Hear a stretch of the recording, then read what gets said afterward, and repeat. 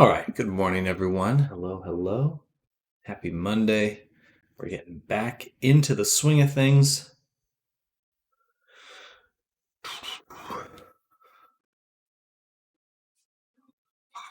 Excuse me.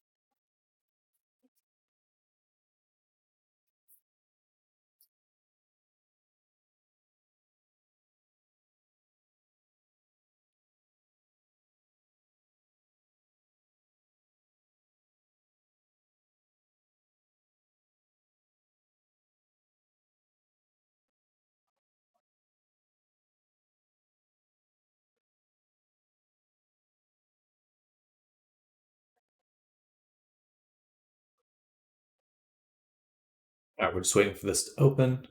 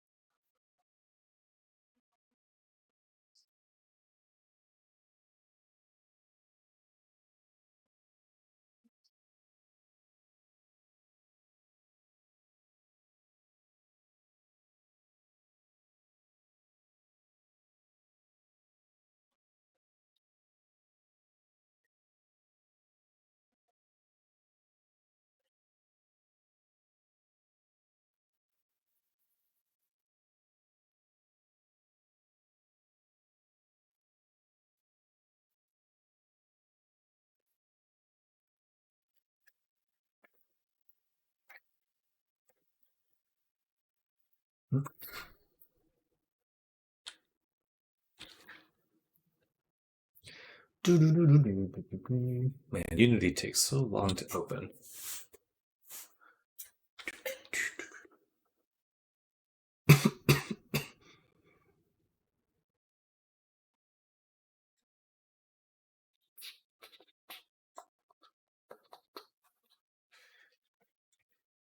So we did the face rigging.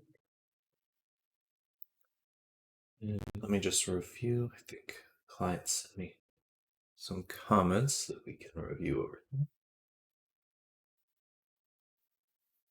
Just got some emotes. Oh, gotcha. Emotes for this. Yeah, perfectly.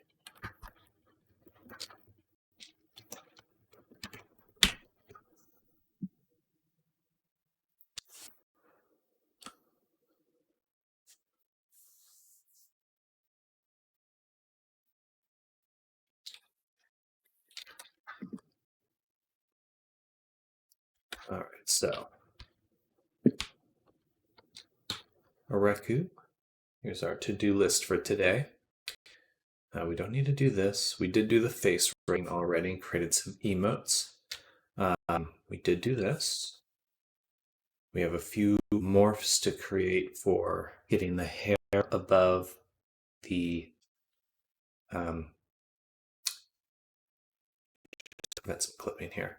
And then of course the expressive form, fire shader, it's its own thing, or the clip UVs. And then just no eyes. Perfect. All right. So let's make those blends. So let's start here. Create a morph. Actually, just delete this one. Good morning, Val. Hello, hello.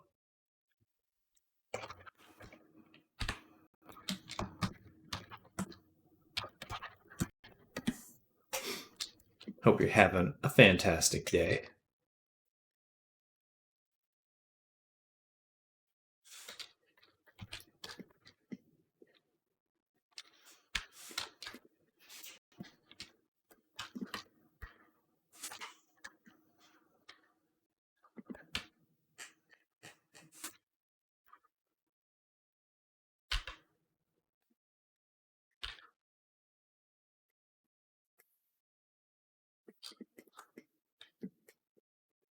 Something like that. Just to give it above shirt, though, there's still a big chunk of it down there. Let's see, how far would we need to get this portion out?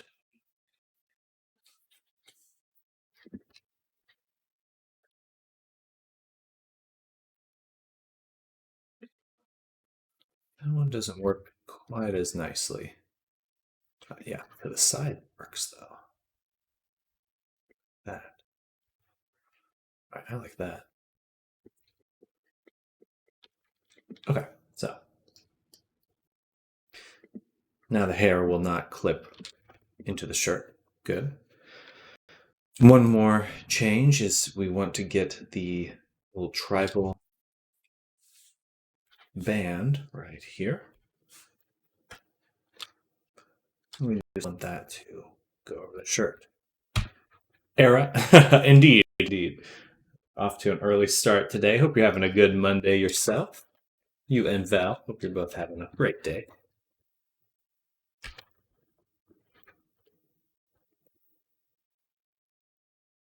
So tribal shirt clip.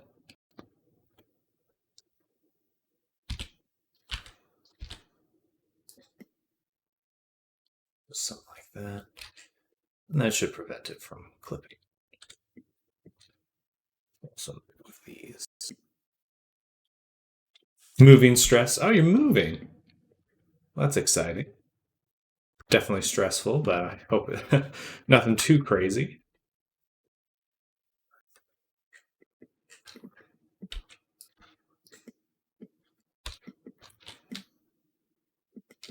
Awesome. So now we've got that clip as well. Right. Let's go ahead and export. Bought a house. Wow, very, very cool. Closing out on the 31st. First house. That is super exciting. Congrats.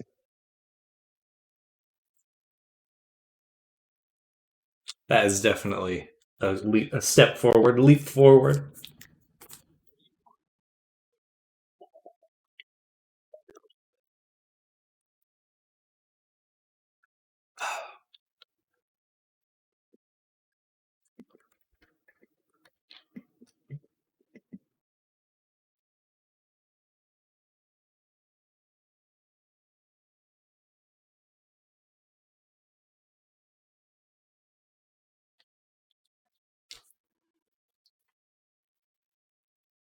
There we go.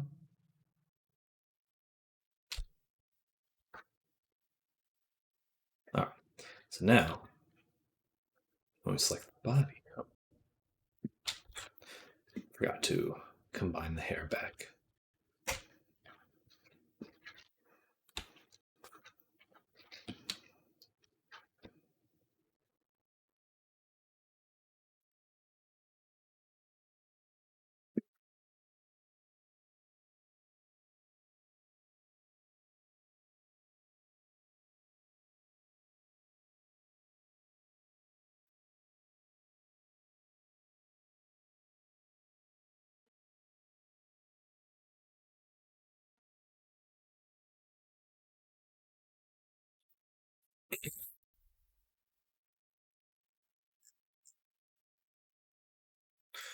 All right, export it again. And now we can test just to verify that we created the morphs correctly. So it's right here. Bam. Gets the hair above the shirt, looks good. And then, of course, the tribal band as well. So when we're in this mode and the tribal bands are enabled, they no longer clip. It looks bueno. Bueno. Excuse me. All right, things are looking quite good. We're definitely almost at the end of the texturing. There is one thing I noticed on the design that I want to double check for Areku. I believe there is a small mark on the side of the muzzle. So we're going to add that right now.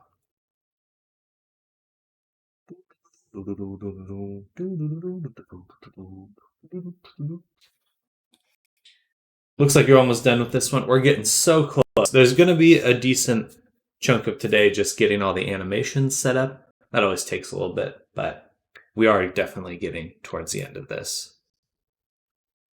I believe we'll be 99% done by today.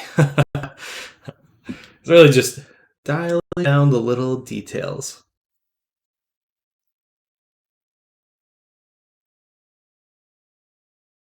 No. Feel free. That's totally fine.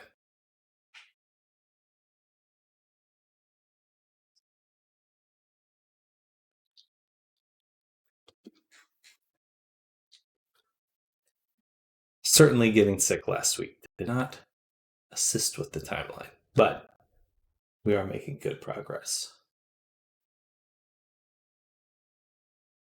Let's just review a little look here. Yeah, it's just that mark on the nose. That's all we're going to say.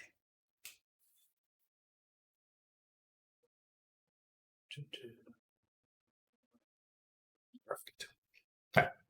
So to make that, we'll actually just put it in here because we already have a folder that's masked off this portion. Create the muzzle marking as alliteration I love. I'm all about alliteration.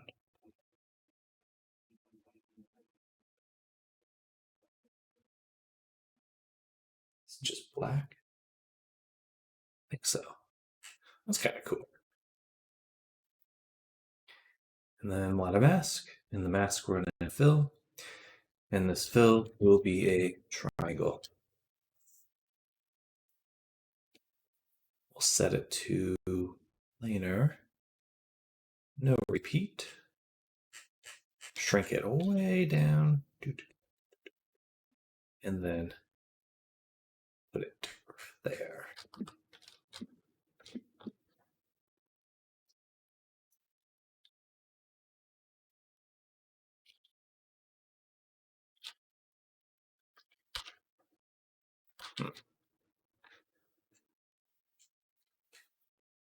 Should be clipping at least a little.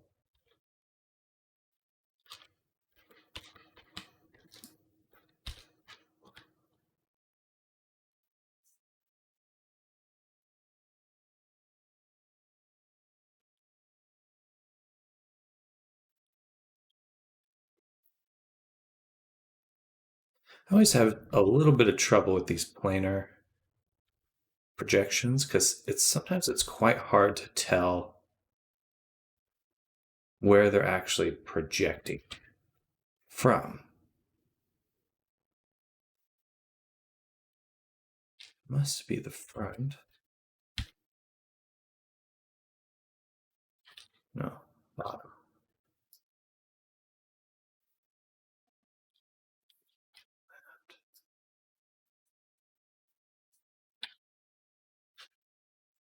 Let's just turn off that. Hello, Arctic. Welcome. Hello. Hope you're having a wonderful start to your week. It's just gone. That's so odd.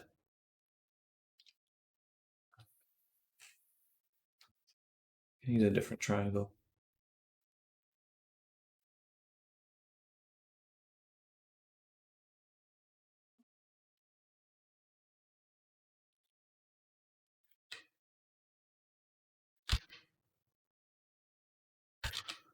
got to be somewhere. So funny. The UV has not been transformed at all. I don't have backface calling on. Not wrapping, planar projection. If I scale it up, we start seeing it.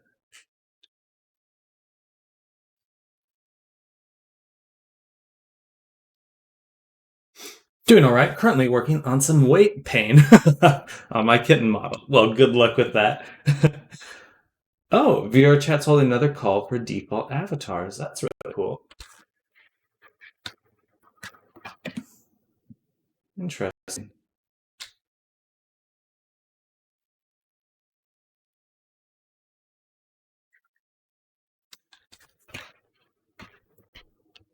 Call for ads. Go to VR chat's Twitter.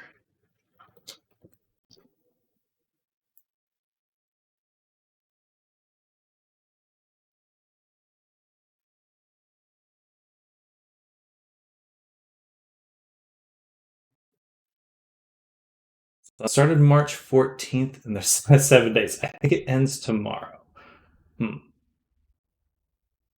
Oh, no, okay. We'll open today, March 10th. They'll remain open until April 3rd. Oh, okay. Interesting. Okay, so I've got some time. Let's write that down. Put that on my little to-do list. They extended the deadline by a week. Thank goodness. Default VRC. Default Abby.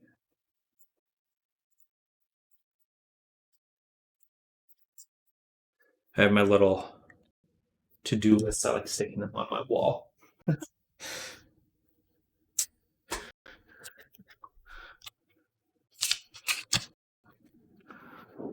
Bam. Oh, hello, everyone.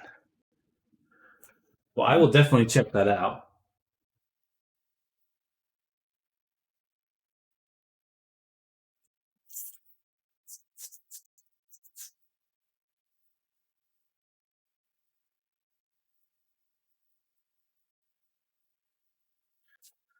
X avatars will see 5 points. If an avatar has a different ranking between PC and Quest, use the low score.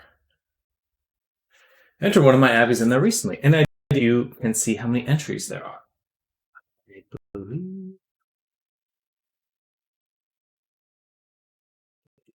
Jam page.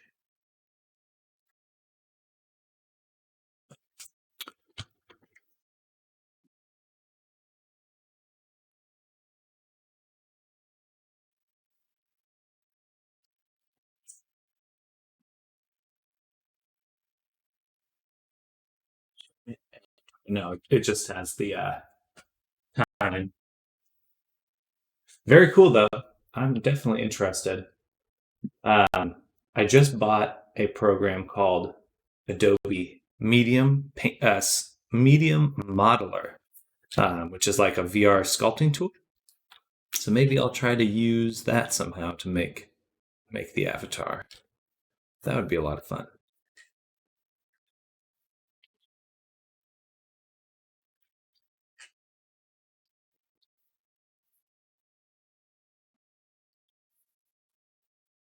Okay, so it's got to be projecting from the front. I just wish there was like an arrow or something so I could see which way it's projecting. Show me.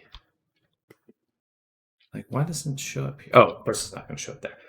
Let's drag this out here just for a wee bit.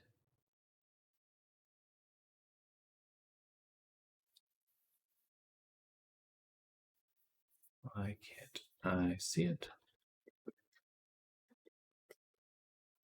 So, should be able to see something right now. Some sort of projection.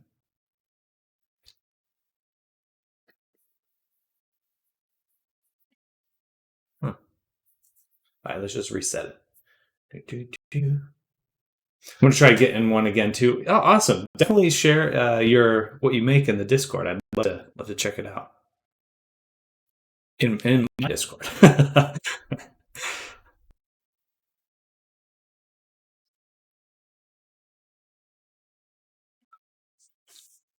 You're asking too much from Blender. Basic sensical tools are not in Blender's repertoire. It's not allowed.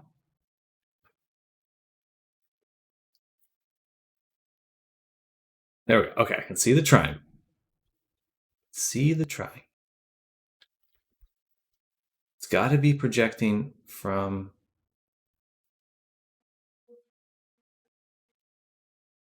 where? From the front? From the side? Definitely from the front. Otherwise, that wouldn't make a difference. Oh, okay. I see why it's odd. It's because it has to be on this side of the mesh. Okay. Super weird, but I get it now. I wonder why that is.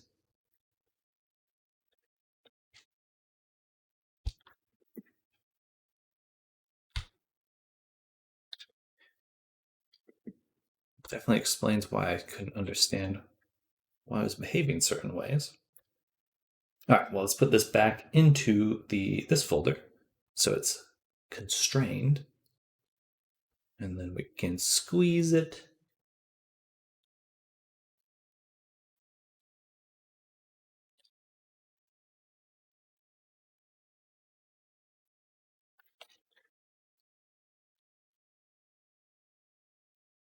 Like that. Let's just double check our reference.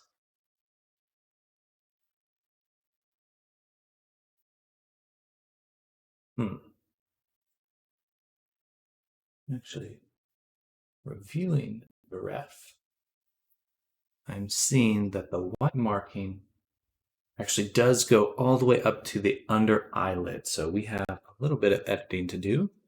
I'm glad I'm double checking this.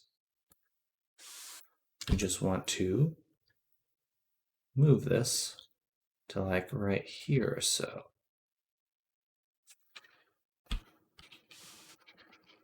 Let's up that. Hardness. Whop. I'm going to go get some cashews in just a moment because I'm getting hungry. And then it goes down, so it's like that. Oh, that's cool. I like that.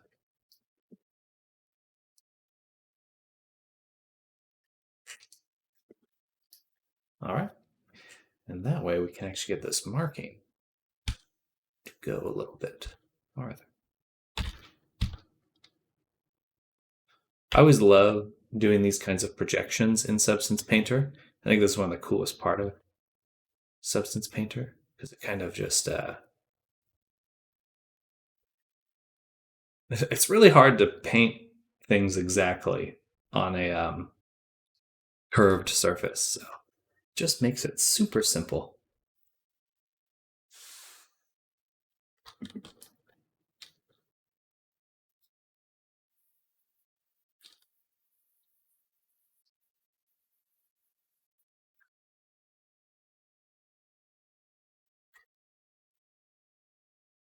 Yeah.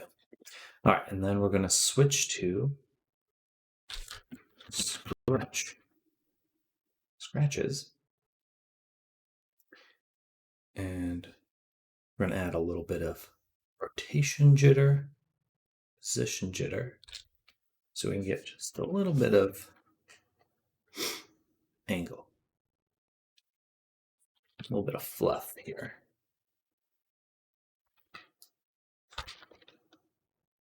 I don't know, I kind of like how clean it looks there.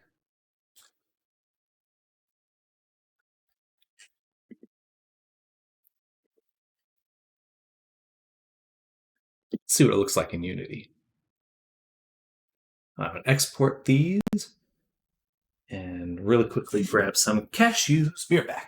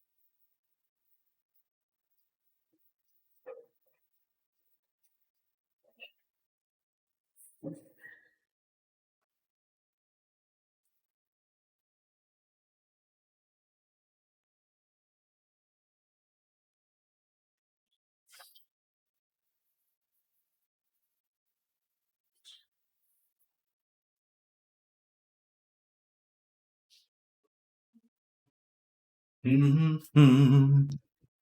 After a meeting, lurk sounds good. I need a. What can I do to make a? It's fun to do some research and make some fun like Discord commands, or sorry, not Discord, Twitch chat integrations.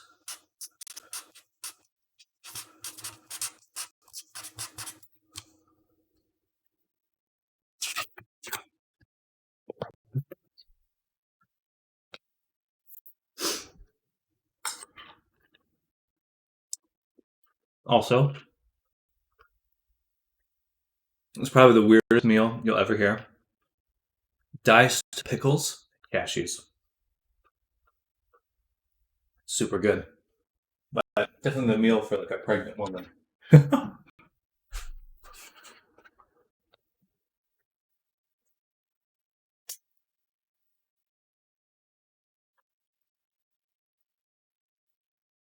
All right, that feels a little too uniform. Just such a straight line. Pew! So let's see if we either kind of feather it a little bit,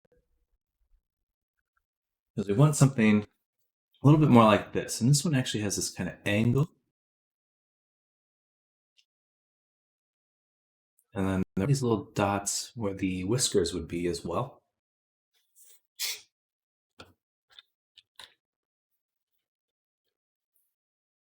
It's high noon.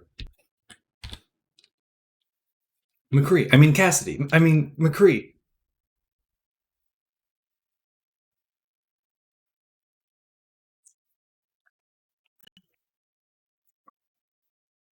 I mean Matthew Mercer.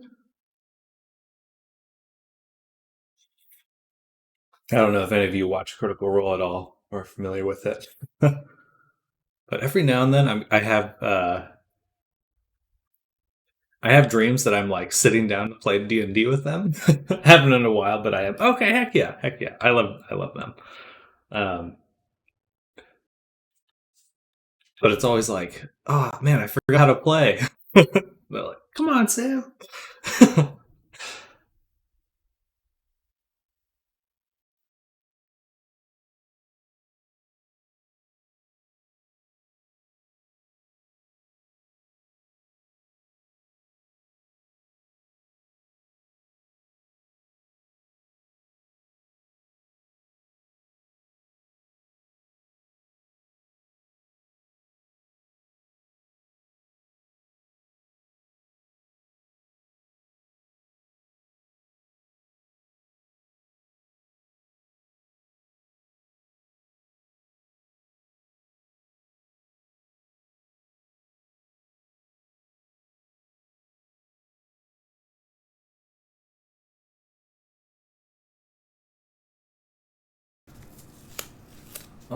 All right. Hopefully, I'm back right now. That sucked.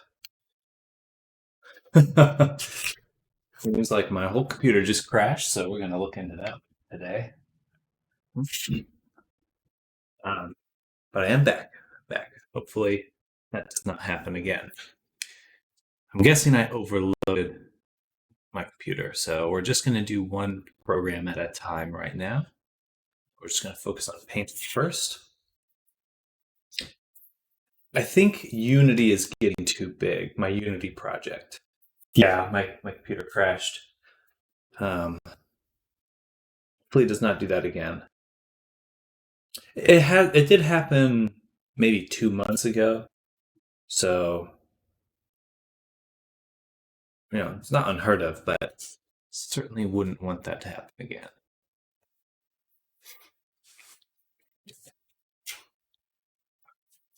But hopefully everyone's still here. It's certainly worrisome. Let me write that on my to-do list. Check computer logs. See what kind of error we're getting when that happens. All right. And that's a bummer. We did lose the work I did in Painter. Thankfully, it's very easy to recreate, and we were working on it anyway.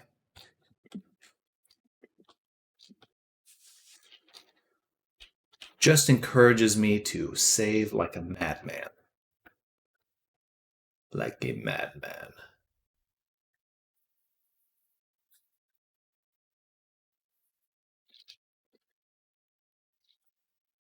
So I didn't like how straight it was on the muzzle, so we will kind of keep it curved.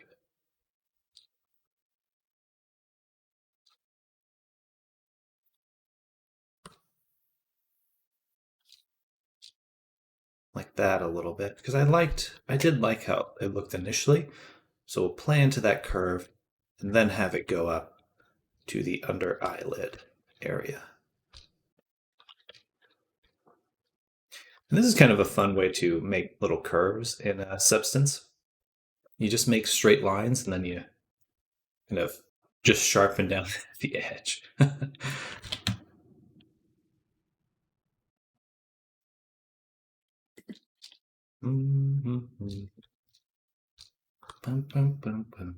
There we go.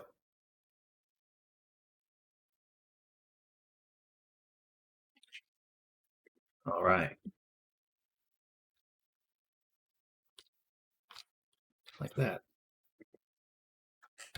All right, that looks a lot better. It's a lot smoother there. Still got a little bit of that kind of fur texture. Saving.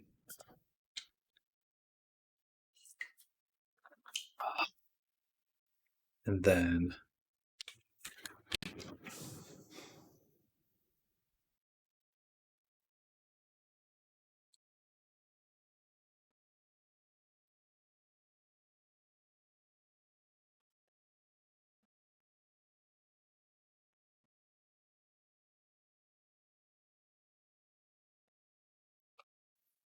I think it might be the RTX voice.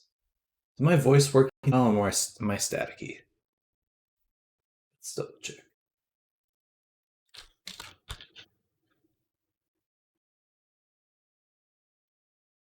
Hello, hello. Oh, that sounds good. Well, sound like me.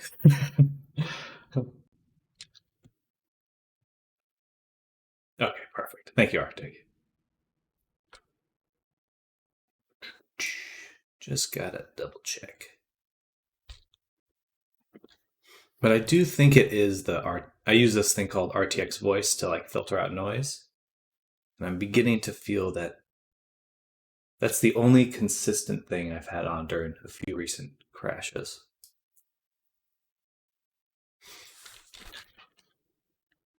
Because it does apparently use like an AI library to run it, so.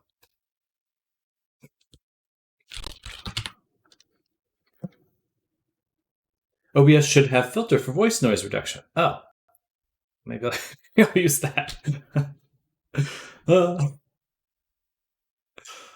Welcome back, Era. That's so funny.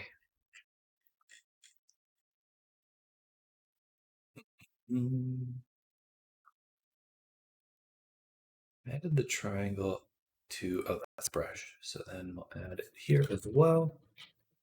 Meeting delayed, starting in 5 minutes, I guess. Heck yeah. That's the ideal scenario for a meeting, get delayed. All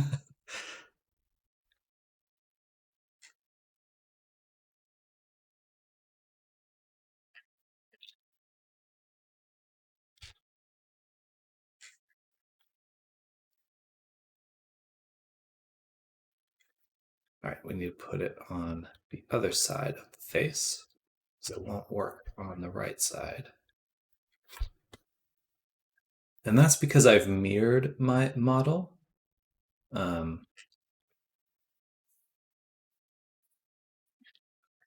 Just checked, base OBS has noise suppression and you can snap in a limiter. Oh, okay. Yeah, usually I like RTX because it does a good job of turning down my keyboard clicking. So I'll have to do some testing.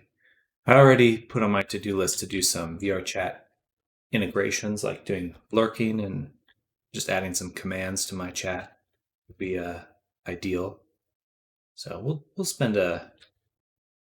maybe we'll spend an evening doing some streamer upgrades. Streamer upgrades. Becoming the real deal.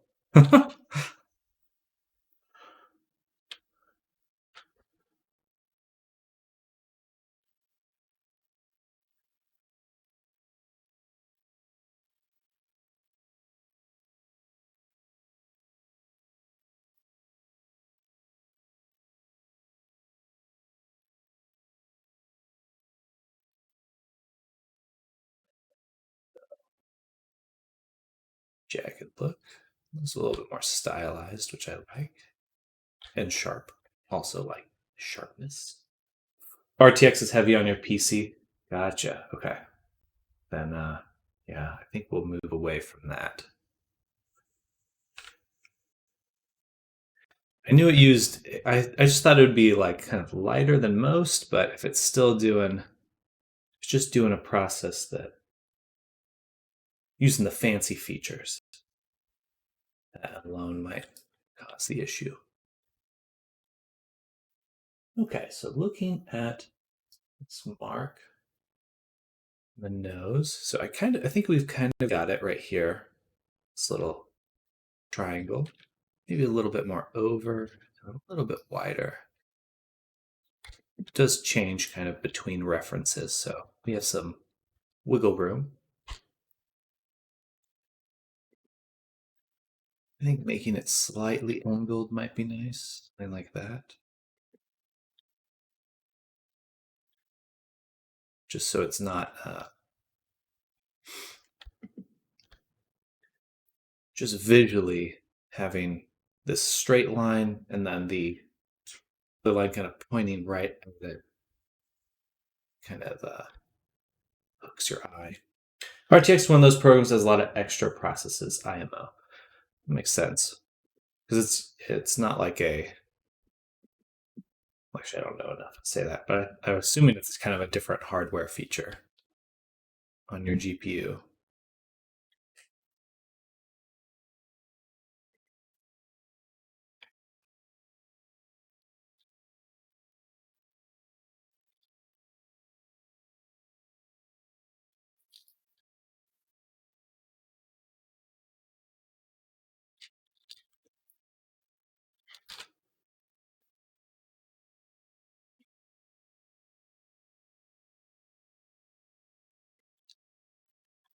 All right, something like that. I think that looks nice.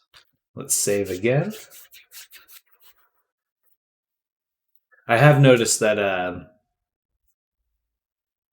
See, this meeting actually happens this time. Lurk. Sounds good. I have noticed that if I use Stable Diffusion programs, I always have to restart my computer if I get an update for it because it will definitely crash my computer if I just run it right off the bat.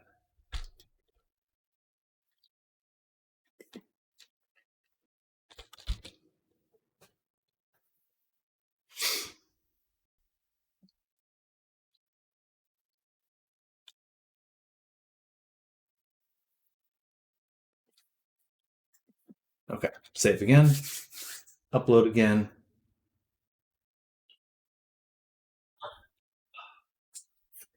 Eat some cashews. What, a pickle?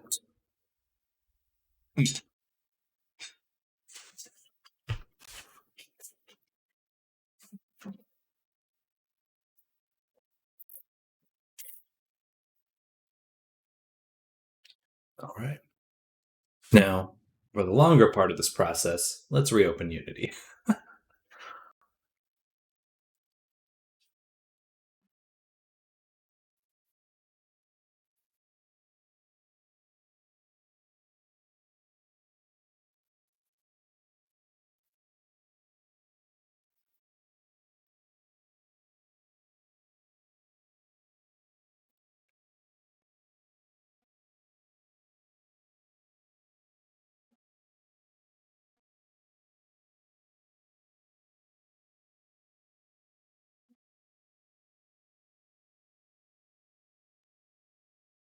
Do, do, do, do, do.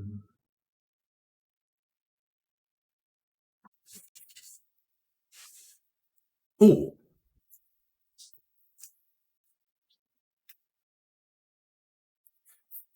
Pray to the unity gods. All right, I'm going to do, while we're waiting for that to load, Twitch integrations. Or Twitch chat. Twitch chat. What do you call that? Commands.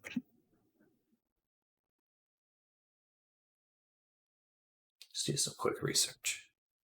Man, I've been streaming for like a year and a half now, and I still haven't even looked at this.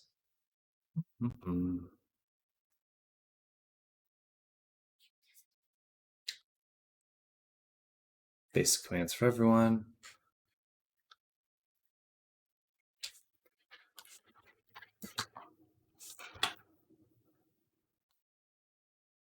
Menu, main menu, custom command.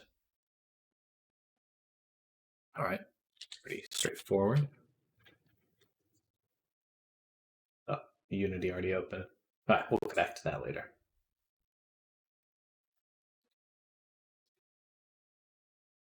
Or did it open? No. Yeah. Let's go to Twitch, TV, Sam Dutter. Who's that goofy guy?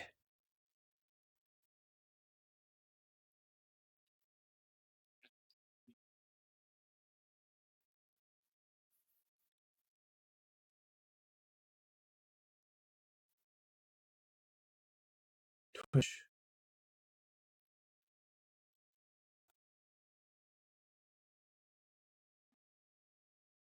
Channel. We should just have a search my channel. That'd be nice. Streaming tools. No.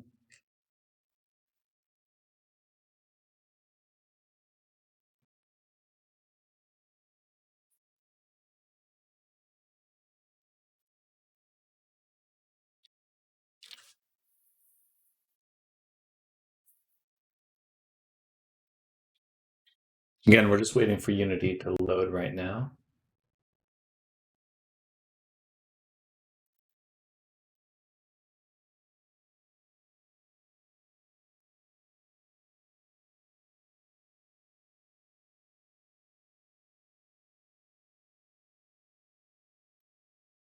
Perfect. And it loaded the old texture. So let's go to Painter, File, Export Textures. Bada boom.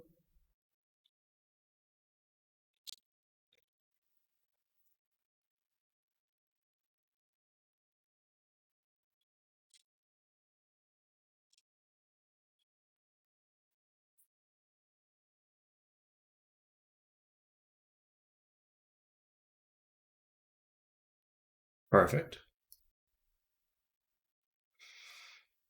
There we go. We got some fuzz. I want to tweak that a little bit. A little jagged, but I like it. I think it implies fuzz nicely. Getting a little bit of clipping of the collar right there.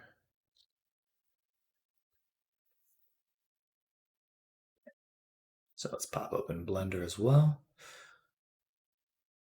My Blender changes. I hope it saved those blend shapes. Most likely it did. I'm pretty good at hitting save. I did. Okay. After many years, my one true skill, I'm very good at hitting Control S very frequently. That is a hard-earned habit. Now we're trying to line this up a little bit more exactly. Make sure symmetry is off before we move anything. All right, so that's a little bit more centered. I think we'll have to be okay with a little bit of clipping on the shirt right there. All right, let's re-export that. Save, export. Bam, bam. All right, so on our to-do list, we now have done these two morphs, the flip shapes for the hair and the tribal band. Now we would like to, we'll do the aggressive form last. do want to take a look at potentially doing these hypno eyes. Hypno eyes.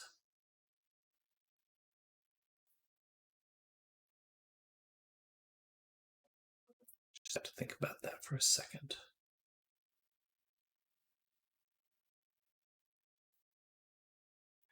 So, client has requested creating an additional feature for kind of hypno eye kind of effect.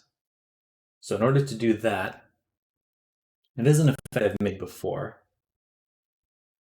First, we'll need the texture. So I want something kind of like this right here. This is what we're looking to do. So I'm going to go ahead and go to Painter. We already saved, so I'm just going to close it. Well, save it again, just in case. Now we're going to go into Photoshop to create the actual spiraling texture.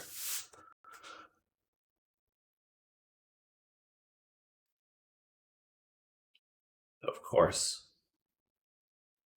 making a spiral exactly is actually somewhat difficult.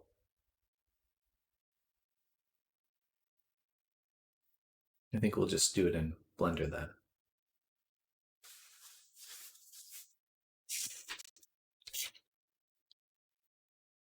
As soon as things load.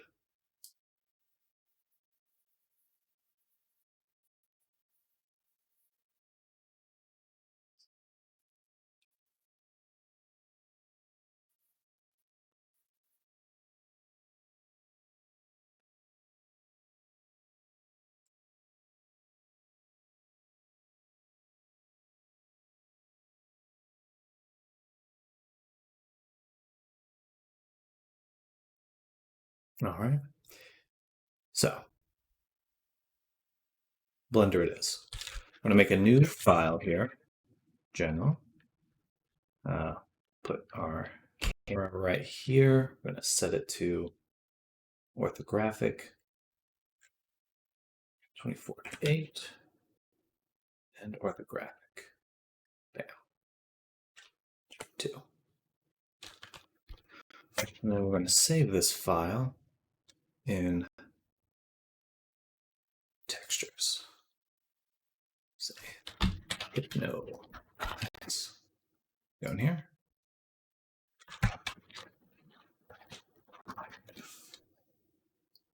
All right, delete that. And we don't have the extra curves enabled, so go to Preferences, Extra Objects, Curves. And now we can create a curve spiral.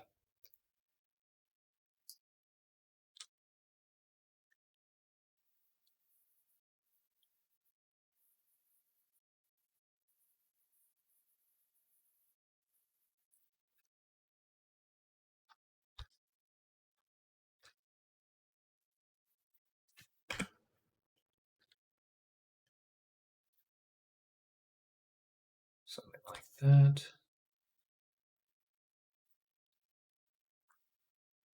Archimedean.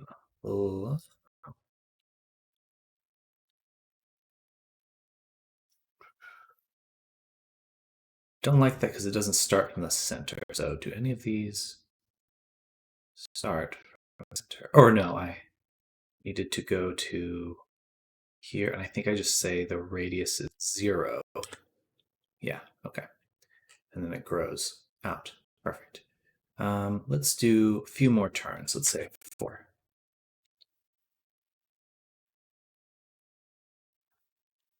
Like that. A little bit farther out.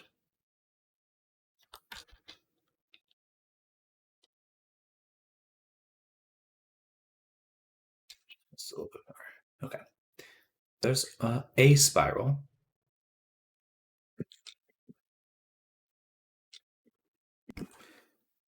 And then what we'll do is we will go to our curve settings. We have geometry, and we're just going to extrude it. Extrude it, and then tilt it 90 degrees. Okay. Now, got an extrude from it. We can click here, hit O, connected only. And I believe we can hit Alt-S to scale in the spiral itself. Just growing it so it affects kind of the whole thing evenly. Then we'll do sharp. Alt-S. Something like that. And then we'll make a plane on the bottom. Okay. And let's add some colors. New. Flat. BG. And the colors we're using again are from here. So like that. Background is kind of a desaturated, slightly darker blue, gray blue. Or to get a flat color, all we need to do is go to shading, delete that, add an RGB right there. There we go. And so something that a little bit more saturated.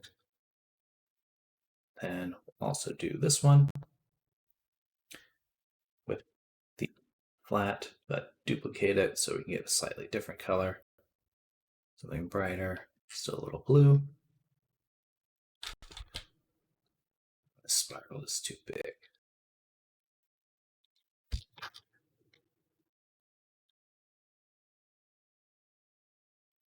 Back to curve.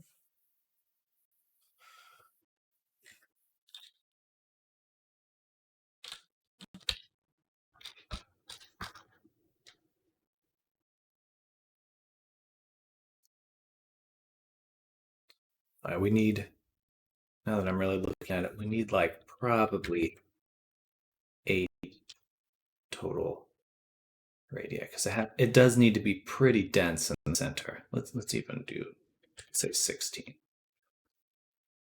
We can always scale the texture we create.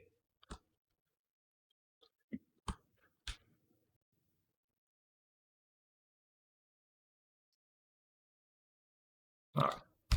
Something like that. And then we'll go ahead and add that.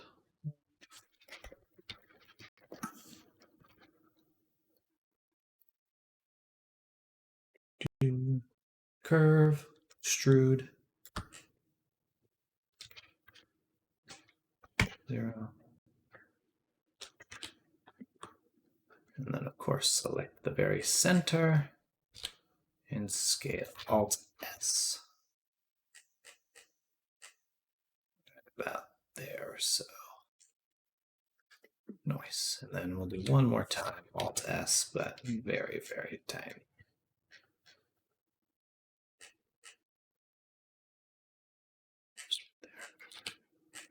Nice.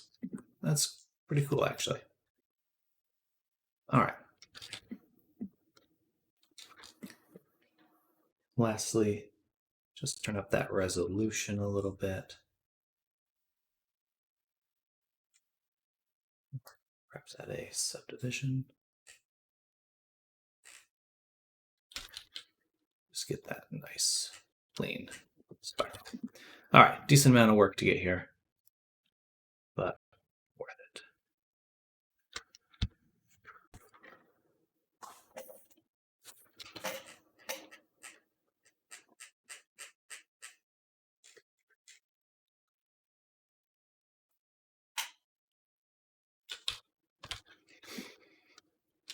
So now when we render, bada boom, get this spiral, which looks pretty good. Let's double check. We want a nice blue kind of in as a line. So to do that, we're actually just going to move our spiral up, duplicate it, move it down, and add on it a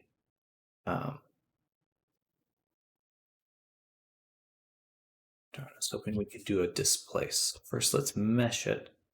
I'll add a, yeah, we do need to mesh it first. displaced. Very slight amount.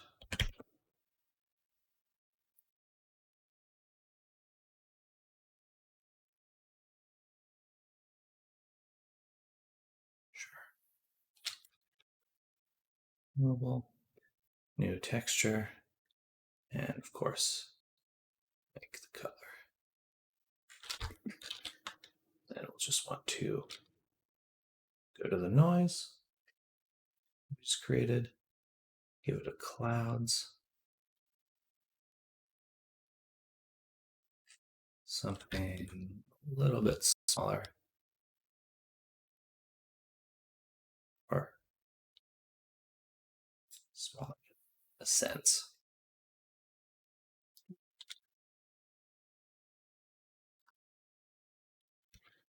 A little bit more.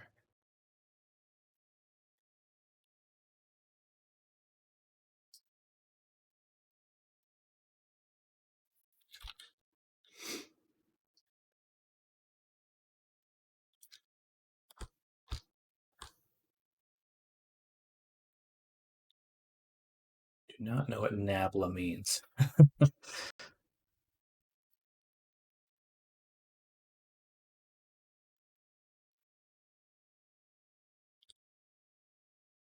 All right, that's kind of cool.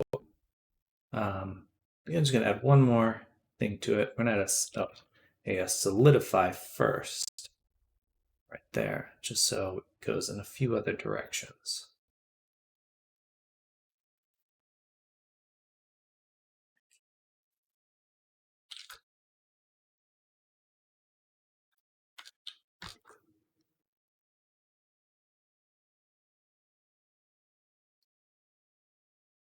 Just one more displace right before. This one will just be an even one. 1, 0, 0, 1.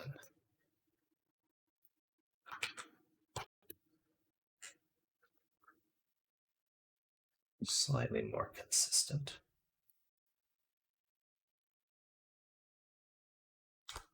Yeah, a little bit of variation, slightly more consistent. I like that a lot. I feel like that's pretty close to what we're seeing in the reference image.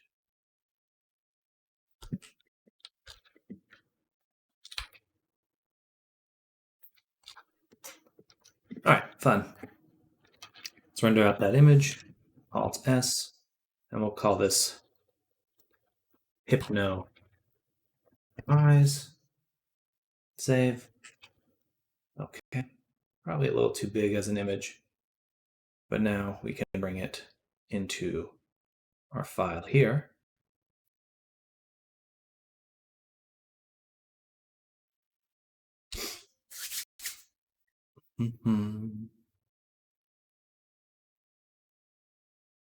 Materials. We'll just add it to the eyes here. Bam. Hypno Eyes. Okay. Now we can go to our eye material. And this is where I love Poyomi, because they have these really cool decal features.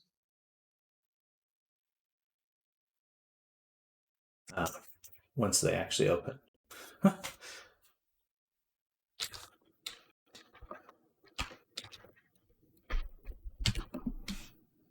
right, sorry, I was just testing some. It is definitely not the right place to do that.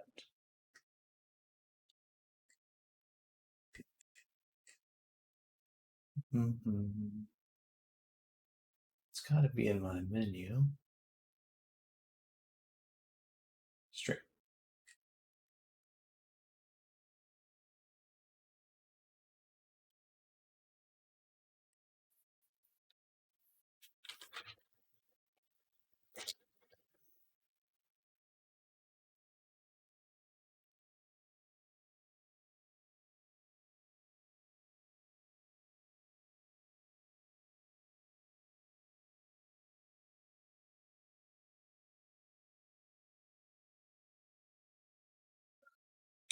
All right, so now we've added the decal shader functionality, and we can drop in this awesome Hypno texture we've made, and we can see that It's probably a little bit too dense.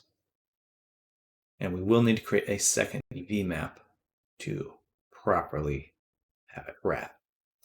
But it's also pretty cool already. And one of the very, very fun things is they actually have a rotation speed here already. So you can just give it a value, say 10. We went to flame mode.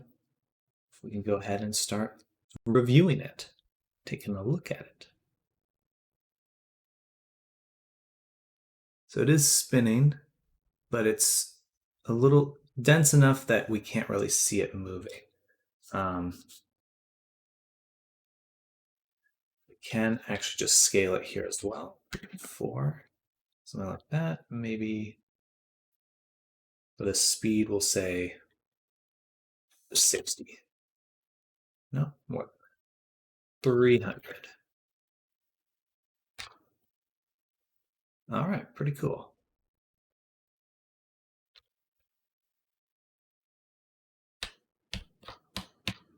Hopefully that's the effect the client is looking for.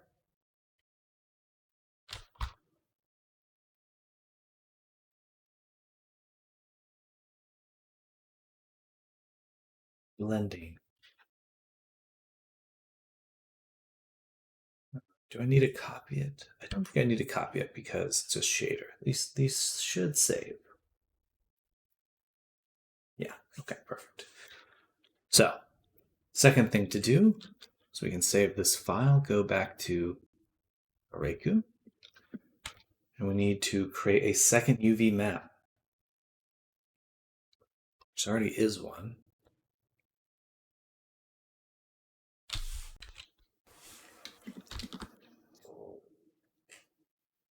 Here. Body for text shapes, UV maps. So we have all these UV maps. It says we have a second UV, but it's a lie. There's actually nothing in there. So we can go ahead and just delete that, and then we'll make a second one. If you don't have one, it'll just copy the primary map, which came out super well. Okay, now that we've done that,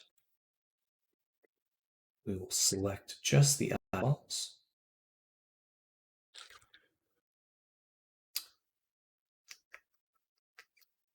And the plan is to project them from view bounds.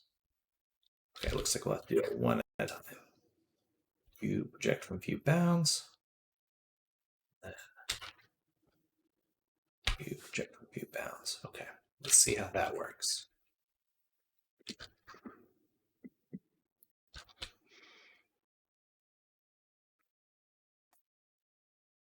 And the reason we're doing that is because my primary UV map has the front iris section removed from the back section. So there's a UV seam, which is why you see that odd banding in the corner of the eye. But this way it's projected completely. So we may still get some stretching at the edges of it, but it should look a little bit nicer.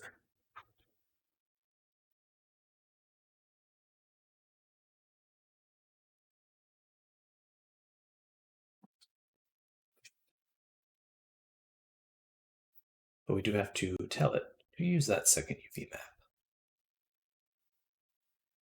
And I think that looks pretty good. Right, let's go to the body and just turn it off. Look at that. A perfect spiral.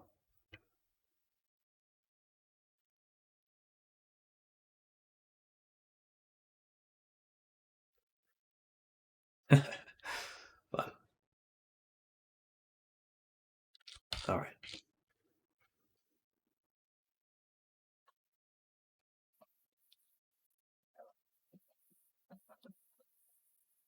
Oh, thank you, Val.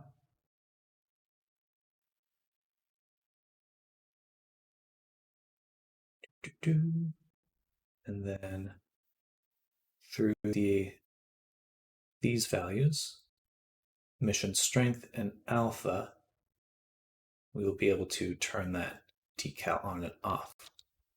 Well, thank you. I think maybe a little bit more saturated just a little bit more colorful would be nice. And then that'll be our final tweak. Oh, there's actually the ability to hue shift. Oh, that's pretty fun.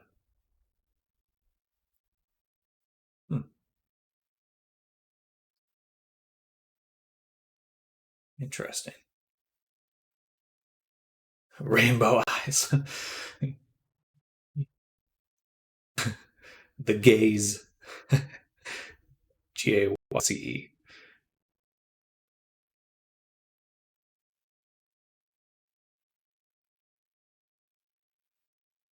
That's pretty fun, huh? I think I'm gonna add that as an option just because that's so fun, and it's free basically. Okay, so did the eyes. That's good to go. Just a little bit more colorful. Are you gazing at me?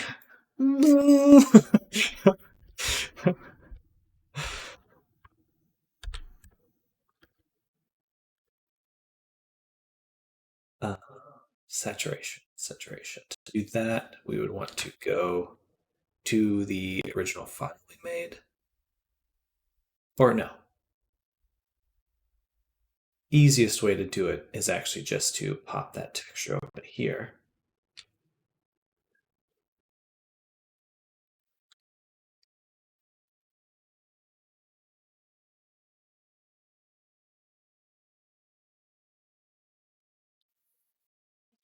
And we'll just do Control U. Oops, I just changed the color format. Control U. Saturation, we'll do 0.2. 5. I can't see a difference. Sketch request, yeah! I'm up for this to a few folks and got told to be some so draw Arabane, I guess, or something. Heck yeah, I would love to.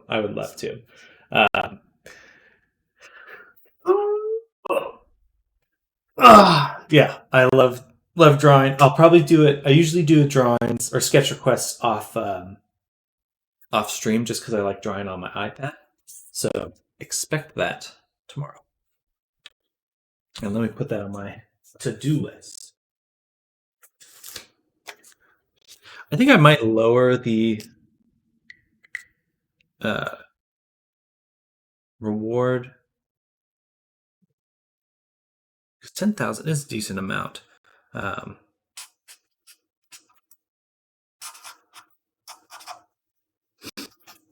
Initially, I was getting a few too many, but then it's like, this is the first sketch request I've had in about 4 months, so it's got to be a happy medium, but I may have pushed it a little too far.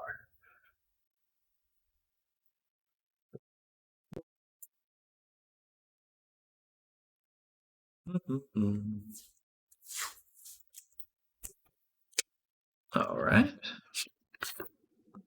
Put that right there.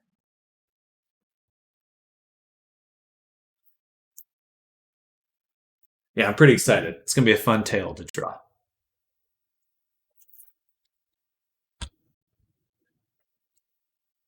I changed the background again.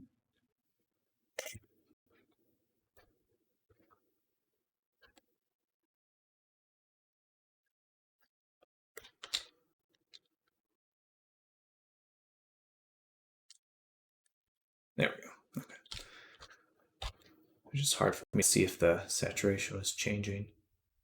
It's already pretty saturated. I'll do right about there. Save. All right, close. And they should be, yeah, that looks nice. And then lastly, we are going to make this a much smaller resolution. I think 256 is appropriate. That's too crispy. There. Then 3. All right, perfect. So leave that on for now. We'll have to get to setting up the animations Well, no, we want this to be at default values. Boom, boom. With that color as a note form, someone who is colorblind, having that dark line around the edges a tad more pronounced may help it pop a tad. Gotcha. I'm glad you are excited. Most artists hate how big my tails. You're referring to for the color. Where's it? Alpha right there. It's that dark band here. That makes sense. Just a little stronger.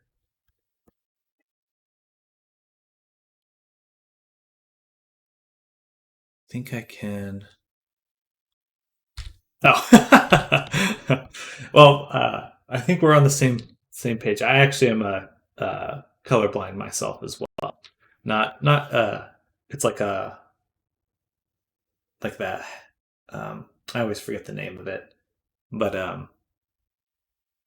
it's like the mild red green one. Proto something. I don't know.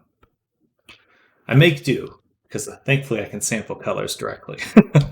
But when it's like light pinks and greens, that's when I struggle. Uh-oh, my ear. Green weak personally, the kind starting with a D. Weak to the D. Sorry, it's a bad joke.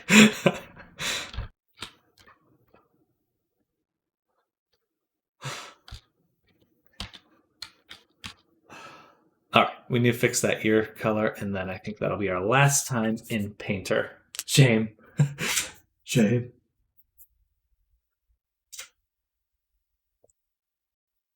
Last time we enter Substance Painter.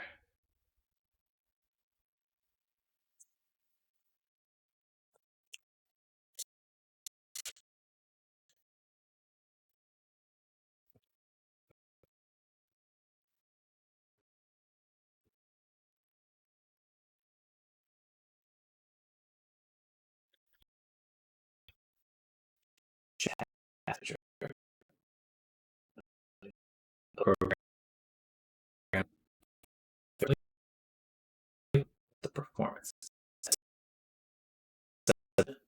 seems quite good though.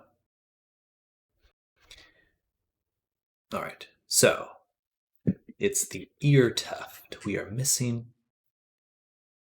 Oh, only missing some color in the ear tuft. We are missing the ear tuft, which is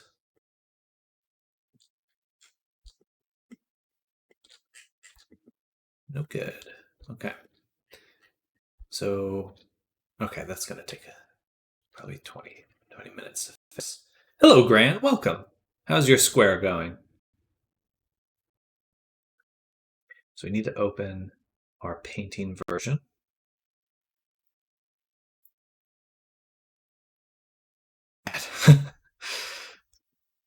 You just got to square up with it. Get you square. like a fight. Body rigging, body paint. Okay, so that's where we're missing it. Really bad. So we have our tuft here. We're going to duplicate this. Move it to our paint collection, because this is the version we'll be sending into Substance. Now we have to review the ear. Or no, we have to select it by the body material. Select.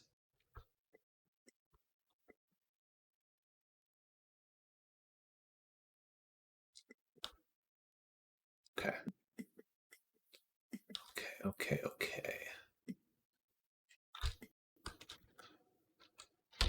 What is missing? The tufts are missing.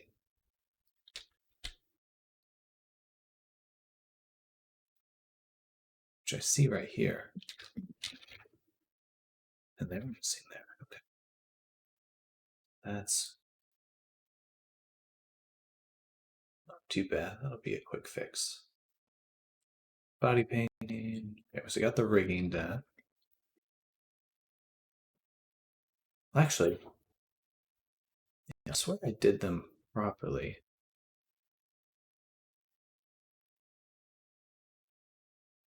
In the cage, they're here.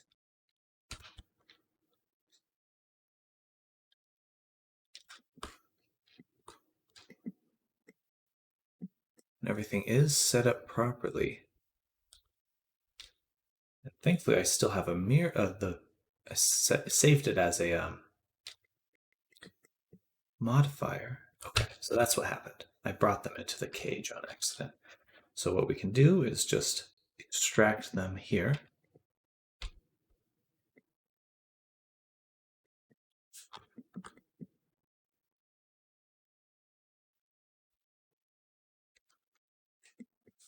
And we do need to extract all of them.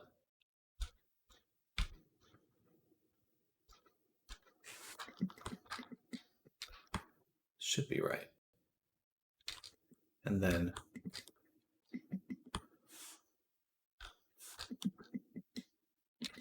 duplicate and separate. Awesome. Then this one will go into our painting layer. Bada boom. Turn off the cage. Turn this one on. And we'll go ahead and remove the materials. Give it a Raku body. And let's double check everything's combining correctly. Okay, not quite. Very close though. Okay. Very, very close.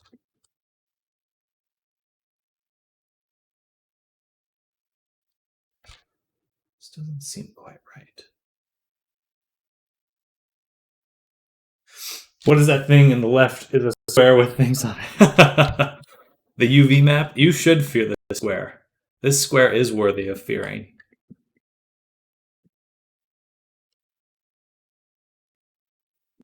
There aren't many squares you should fear, but that is one of them.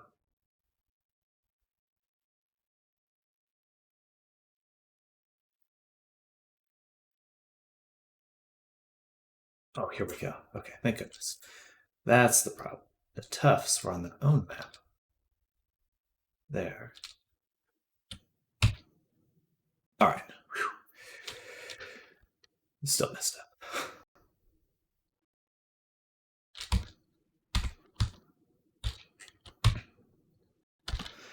Wait, is this default cube?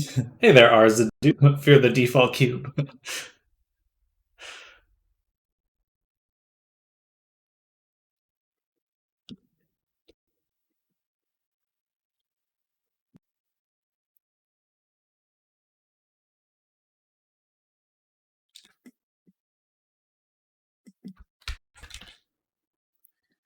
Definitely set this up properly in the past. Why are the UVs odd now? Hello, Ars. I hope you're having a fantastic Monday. Doing well. I'm sure everyone else seems to be having a good start to their week as well, which is good news. Mondays are definitely a struggle sometimes.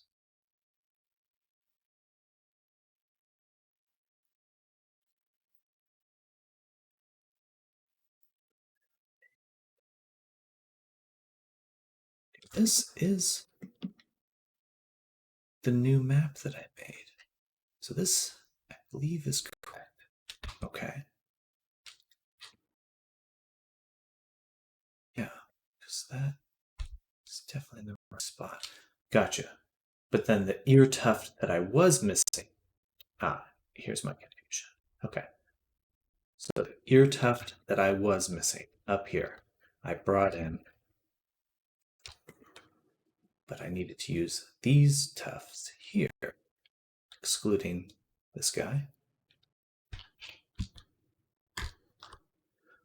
Oops, medium BRB. Doing okay. The curse of meetings. All right, there we go. That's what I want to see. Nicely laid out UVs in the way I had intended them to be. So we need to take this first. We'll take this object. We'll delete it. Duplicate ears. And then we're going to take the tuft UVs and put them into the body paint collection. That way, everything's organized properly. All right. Now we need to bring this back to Substance once again. So select everything, File, Export FBX, Substance Painter V2. Never get meetings because I work at a burger place. Burger meeting!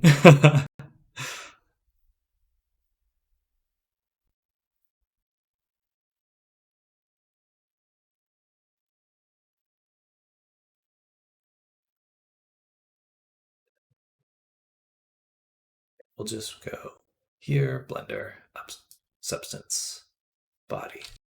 This is the low poly body. I'm exporting the low poly body. Okay, everything's correct. Substance Painter V2. Export. Yes. Burger meeting. Dang.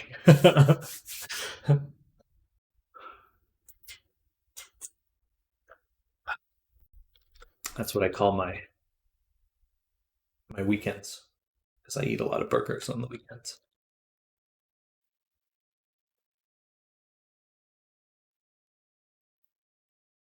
So back to Substance here.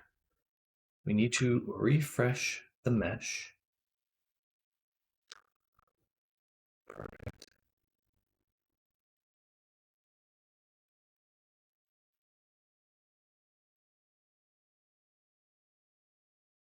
Thing to check. Okay, now the normals are correct, so this should come in properly. All right. And now we do need to rebake the base mesh maps, but let's save first. Always worth saving. Always save your work, everyone. And I'm eating a pickle.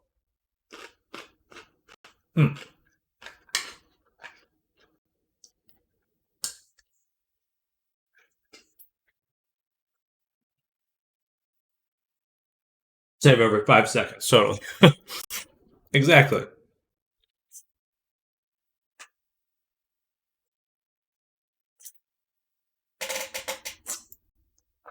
It's my life. A constant saving.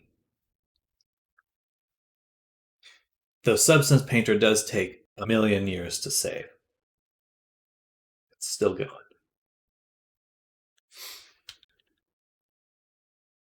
But it's worth it. It's worth it.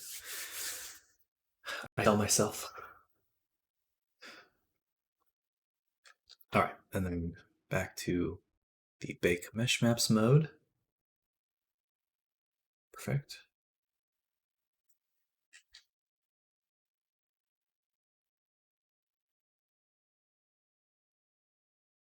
Let's actually, before we rebake it,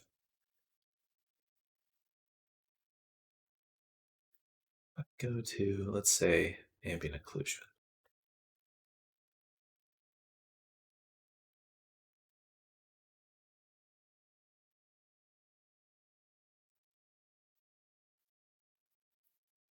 So the shadows are still there.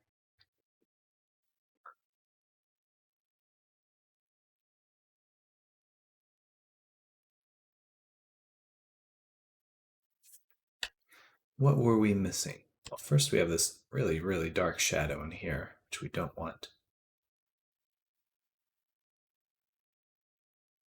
In fact, that means that this broke here.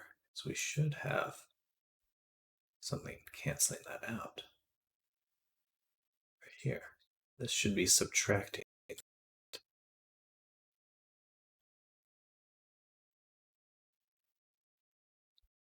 Crashed once today.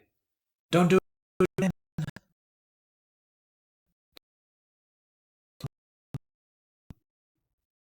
This is taking too long. Why is it so slow?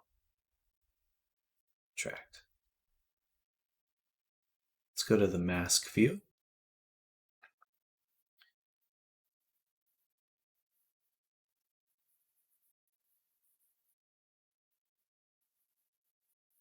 We have a linear gradient that we're applying. Do we need to inverse subtract? Is it this texture here that's messing up? Doesn't seem to be doing anything at all. IMO.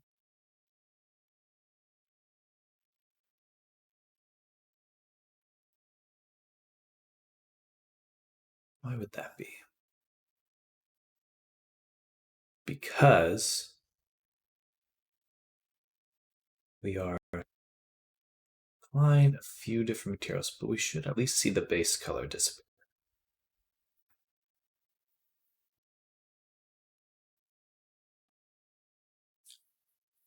Something is wrong with the gradient.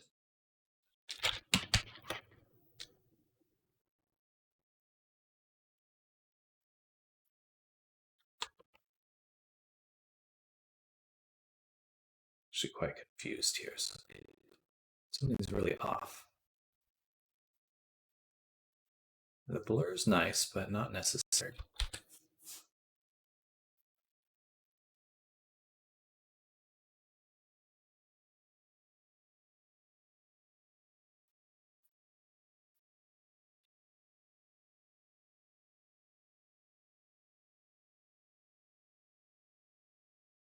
So we're stuck saving again. For those of you that are just joining, first of all, good morning, but I'll show you a little bit of the other progress we've been making today. This is really fun. We made hypno eyes, which are very fun, and they even spin. So we're actually very close to finishing the character. Just putting on those final tweaks. Look at that. Hypno eyes. Just quite fun. It came out very colorful.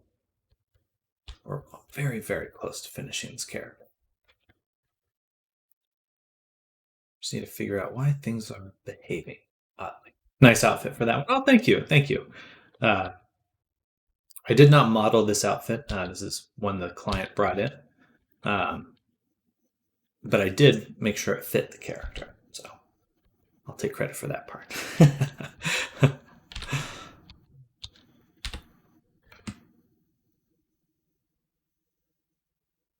So I think the problem are our masks or our base mesh maps.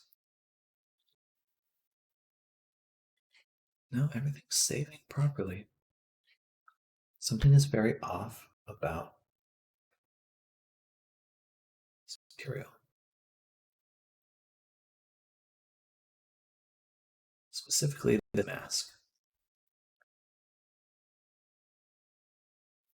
This mask should be... Oh! Of course. So odd. When did that...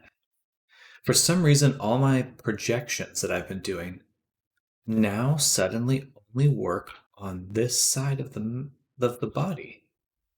All right, so let's back up, get our original gradient we had in here that we were working with.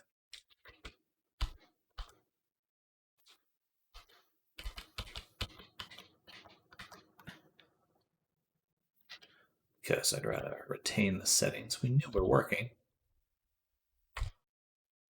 That's so funny. I don't particularly know. It must have been a substance update. It has to have been. I don't know what else could have done that.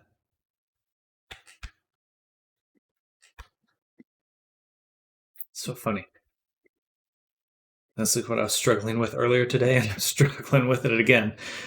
Okay, so we'll have to put that in the memory banks.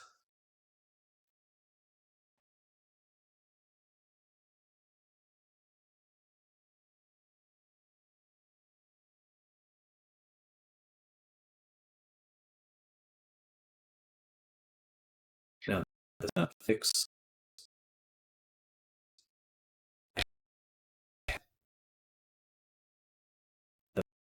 has the wrong UV. Back to make sure that shader is gone. But now we far around this for a little bit.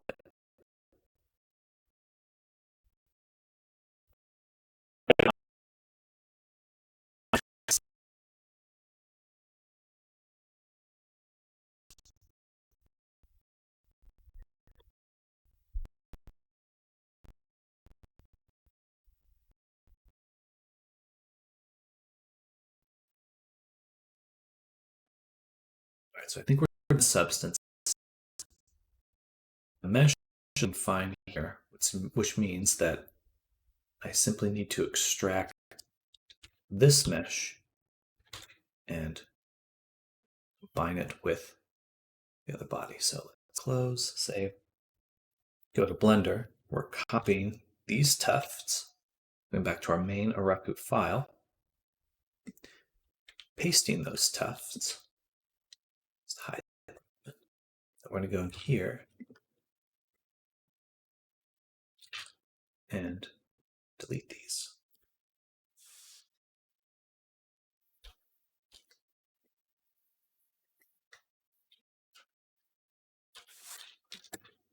Bada boom. Okay. Now we have the correct tuft. We just need to put the right texture.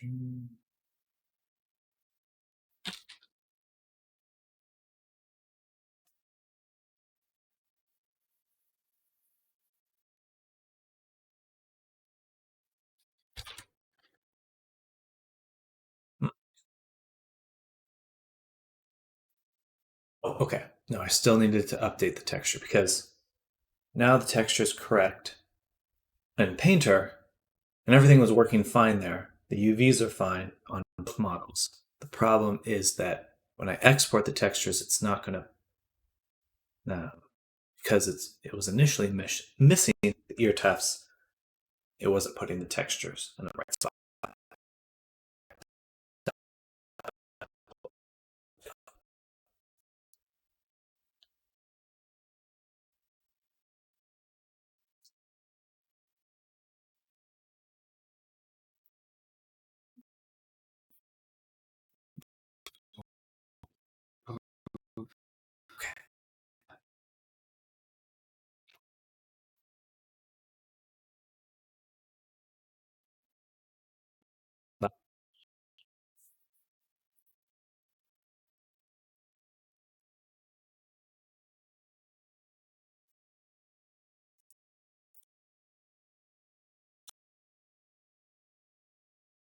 Skill playing Snake or Pong.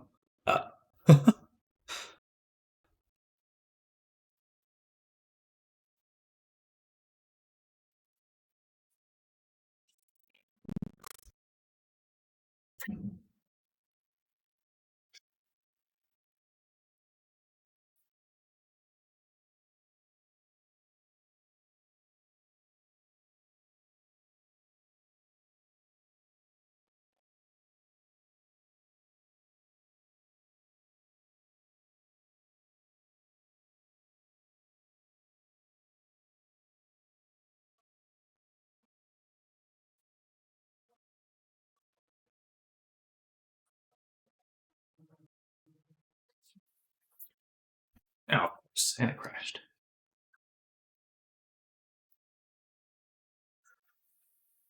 So the meeting, I bet you are excited. Warehouse screwed up to Mortars. We get pulled into a meeting asked why Warehouse screwed up. We shrug and tell them to ask Warehouse. They ask why we can't. Firstly, can't wait to get a ref sheet done so I can get a model. Oh, very cool. That is definitely an exciting place to hear to be in, getting your character made. Can I have this guy here? I can help you set it all up. Absolutely, absolutely. Certainly open to discussing once you get that ref sheet made, working with you.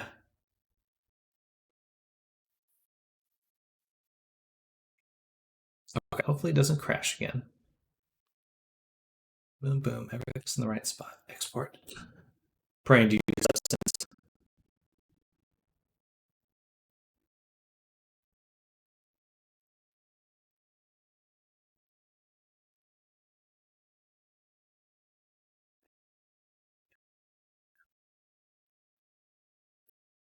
Very cool. Very, very cool.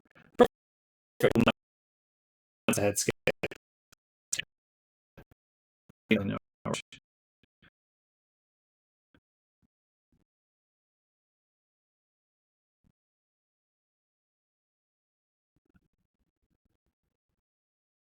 VTuber. VTuber.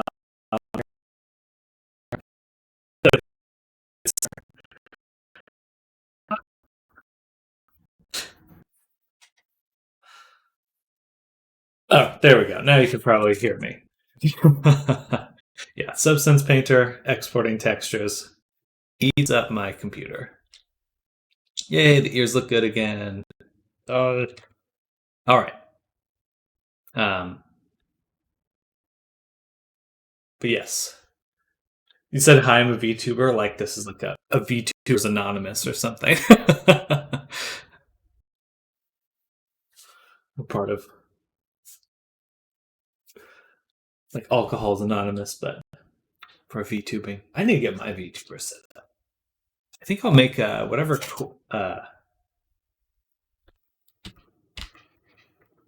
quest avatar I make for the contest. I'll probably turn into something fun for myself. Just be that way. It does indeed.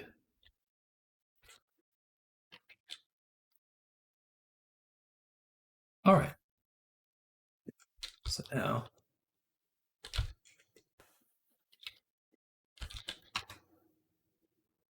one thing I did not do, or did I? Hello, I'm a VTuber. I tried to stop, but I can't. Last night I hired an artist to make more art. Can't stop, won't stop. All right, perfect. We did include the tufts. Insert crying here. You need to hire an artist to make the crying emoji first.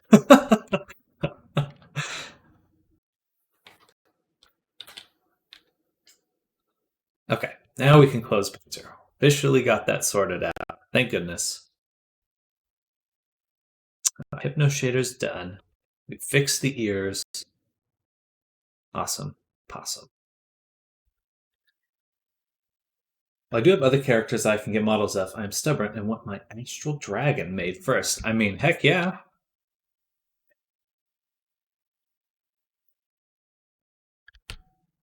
Shiny Mew and Jingmo.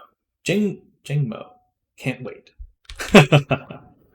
Oh, can wait. Gotcha. Priorities.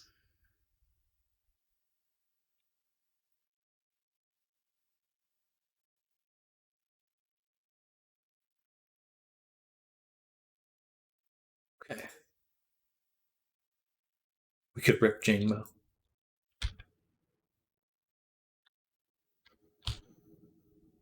Is that a Pokemon? Alright, something's off here on the feather texture. So for the tribal material, what is this here? This texture looks fine. In fact, this looks quite fine right here. So perhaps this is a normal issue. Ah, okay, I see what's going on. That side's fine. So that's that one tuft that's messed up. Okay, so that means what's going on is that the normals are facing the wrong direction here. So if we take these, oh no, they're actually just messed up. Let's take these sections and delete them. Then take this one. I'm going to separate it, slap a mirror modifier on it, and then apply the mirror.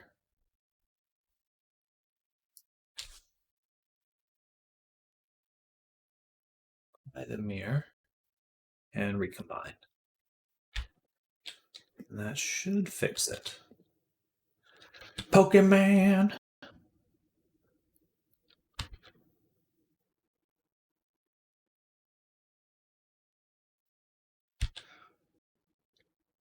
I was visiting with my hey there Frank, welcome. I was visiting with my family this last weekend, and my little cousin pulled out her book of Pokemon cards, and I was like, man, I don't know any of these anymore. There's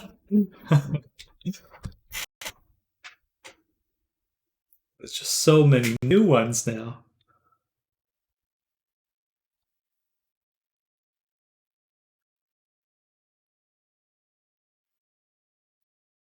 There we go. Looking perfect. All right. So now what I'd like to focus on is this shader here. So we have these little fire textures or fire tufts.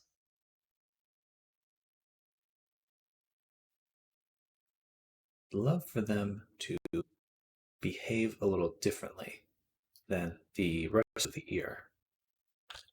But in order to do that, we need to adjust the Fizzbone settings. So let's hop into play mode.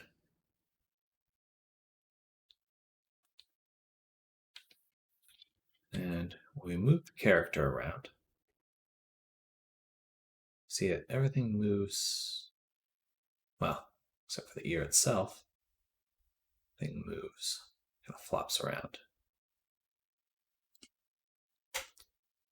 Man. One step forward, two steps back. Come on. Select. Remove.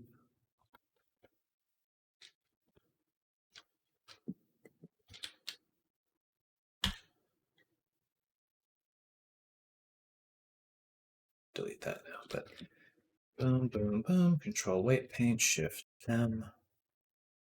Bada boom. Look at these ears.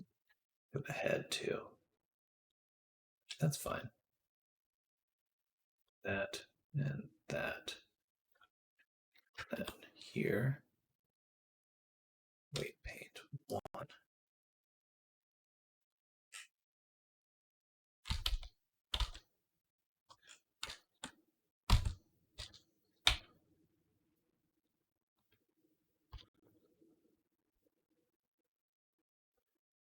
One. 0.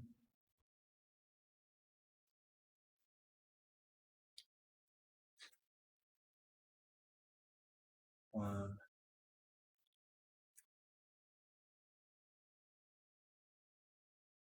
0. And lastly.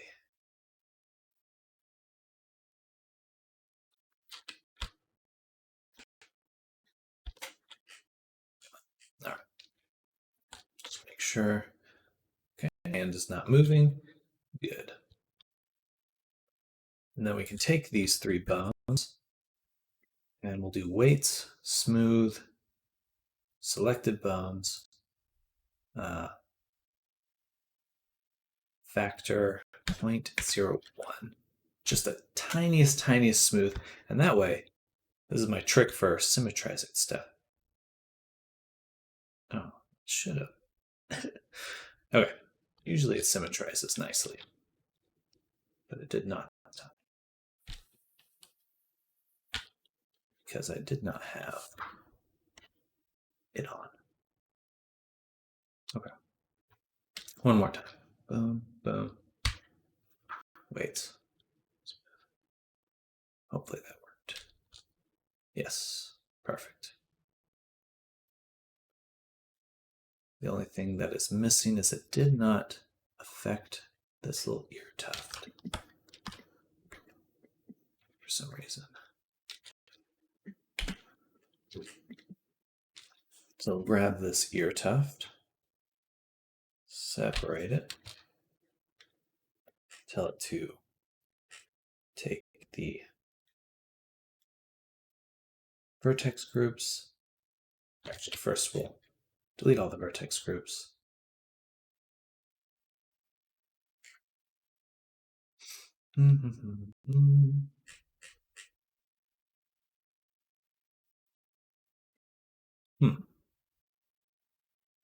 Actually, slightly easier would be to, and more exact, would be to take this chunk, separate it, delete all the shape keys, then we slap a mirror mod on above the rig, apply it, find it, and now everything should work. Yay. All right. So now the ears are working. Take body, combine back, bada boom. Autobreak Pro, export.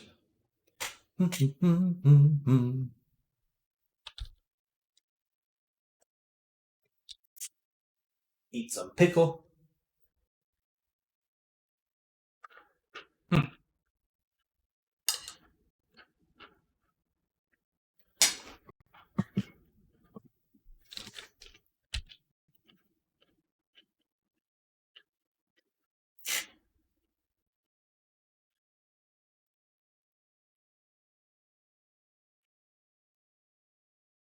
And now it should be moving.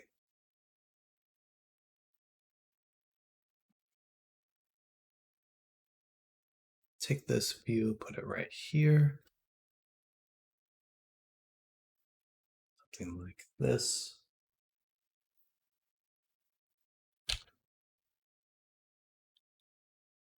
Yay, floppy, floppy, floppy. Now, what we want to be able to adjust for the ears is quite a few different factors, actually. Basically, we want to create just a distinction between how the actual ear moves and then this little tip of fire. So to do that, we're going to create a curve.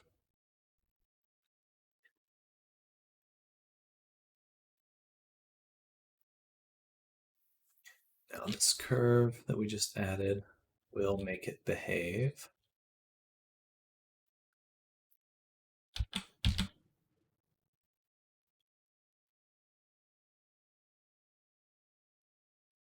Not too much differently. But there's 6 bones, so halfway should be right there. Now we should see some sort of distinction. Yeah, okay. Oh, interesting. It just kind of sticks. Huh. That's kind of cool, actually. You could do a lot of interesting stuff with that.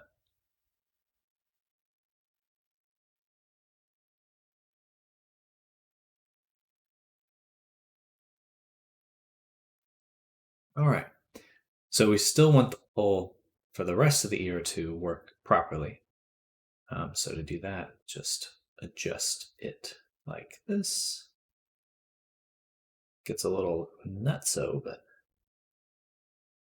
should be behaving pretty similarly the whole time.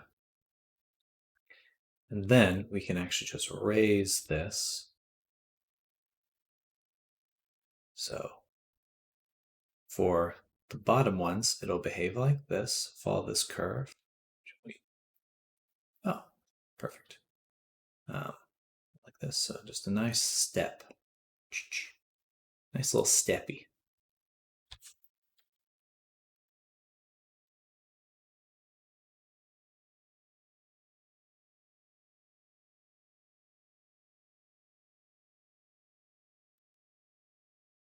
All right, I like that. Just a little difference.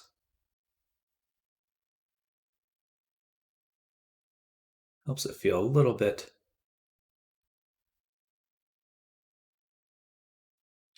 solidify that material difference between the two.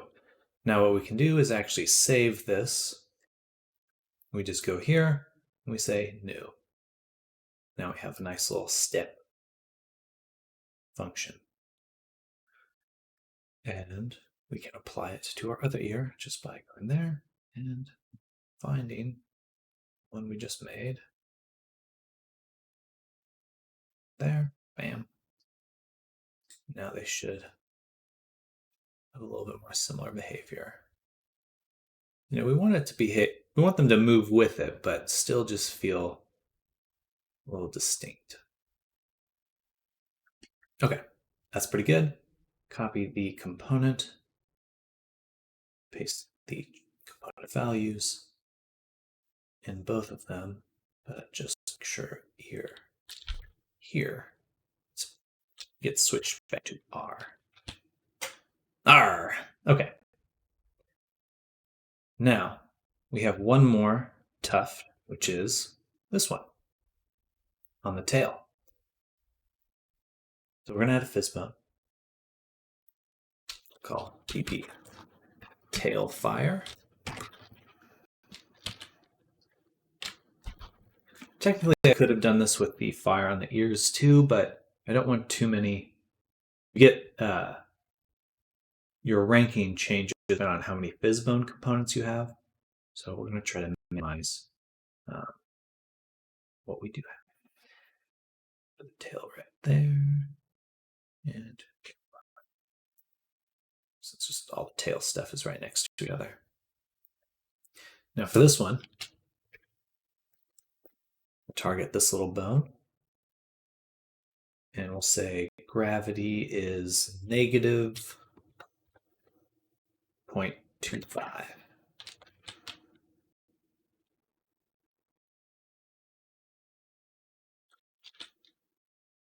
All right. This one we do not want to allow grabbing or posing or collision because it's supposed to be fire.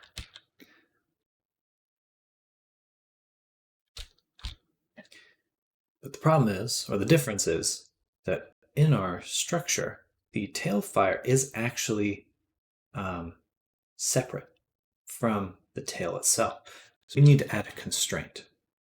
We're going to add a position constraint. We don't need a parent constraint because it doesn't need to rotate with the tail. It just needs to stay where it is, the tip of the tail.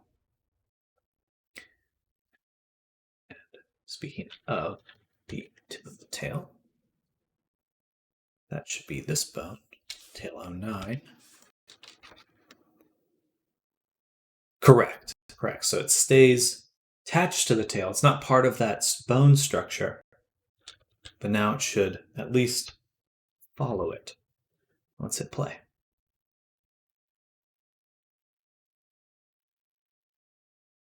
Yeah, perfect. That's a little odd, but let's see. Let's move him around a little bit, see what it looks like. I think the gravity's a little strong on it. So let's go to our fizzbone settings, tail fire, flap, and we'll do gravity negative 0.1. I want it to go up more. I would prefer it does just stay pointed up nicely.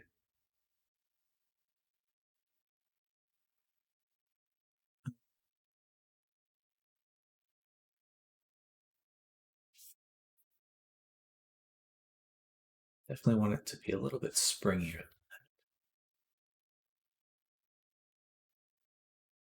Interesting.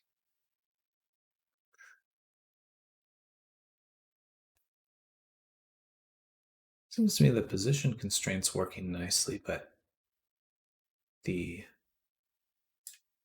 still much stiffer than I would expect. As if gravity is just off.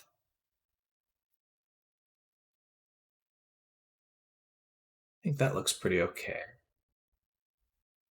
Let's go ahead and just copy the settings we've made.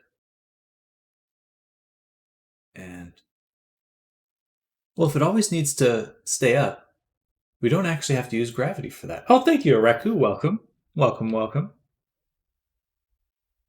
Things are progressing nicely.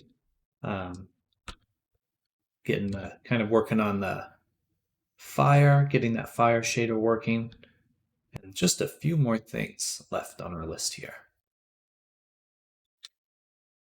But I hope you're having a fantastic Monday. Is who back? I think ours was asking if you're back, Era.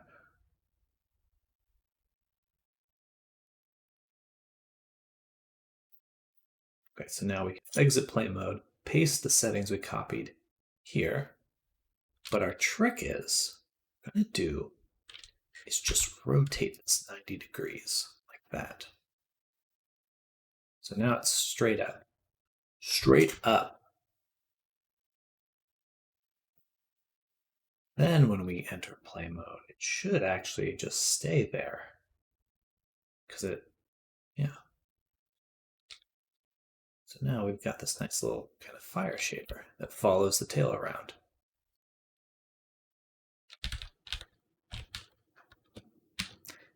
Might want to make it a little bit. Just finishing some breakfast with Silik. Aw. Well, tell Silik I say hi. You, Era. What is that? Happy. Oh, I see it. There's a face.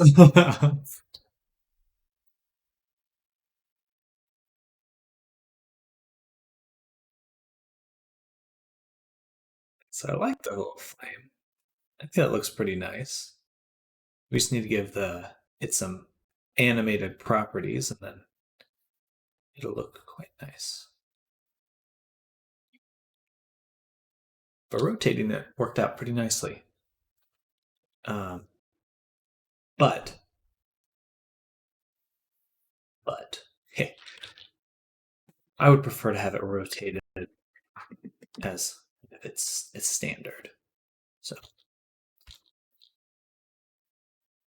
we'll go ahead and go in here, select the tail tip, tail fire, remove it, go to our bones, and then actually take it off the rig.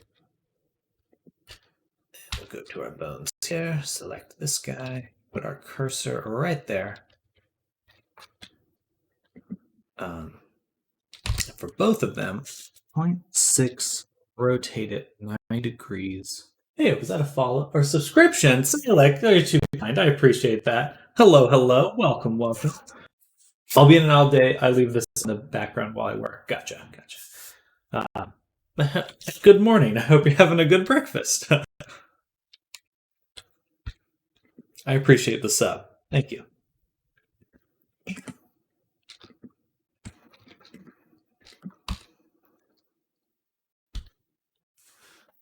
And 0.6. Just scale that up a little bit. So right there, so a little bit bigger. Just a little. I'd like it to go over the tip of the tail. Okay, we'll figure that out in a second. And then we just combine it back with the body. Actually, before I do that, let's review the shape keys. Okay, good. Combine back. Yeah. And now, hey, that works perfectly. I would like to double check the weight painting here. It's not moving as much as I'd expect, like down here.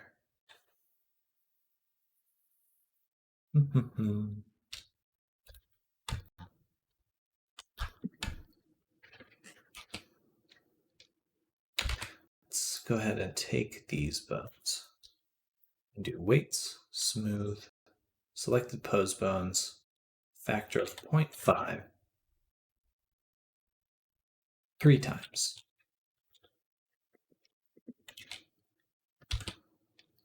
Export again.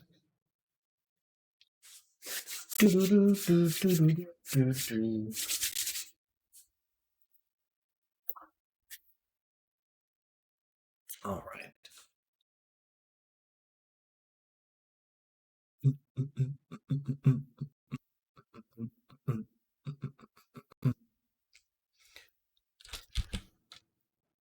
Back to Unity. This should be upright now. Upright. After it loads. Perfect. Okay. Now for the tail fire. I see the 3 bones.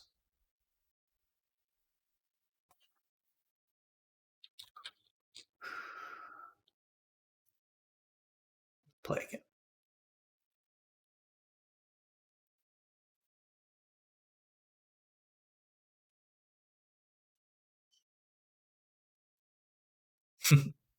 That looks fun. I like that a lot. Okay. So what I would like to do with our fire is add just some nice subtle movement to it because it looks good, but I want it to just have like it's supposed to be fire. So let's give it just a little bit of movement. I believe we can do that with some of these modifiers. That distorts the UV. We want something that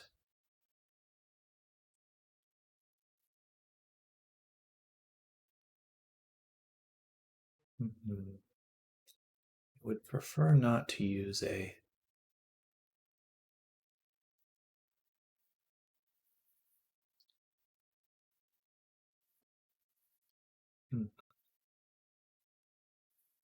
blending stencil debug stick pinosphere. Height map is not what we want.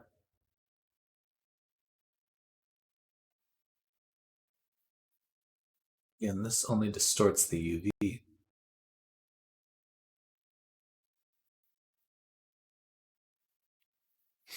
Depth bulge is for something very different.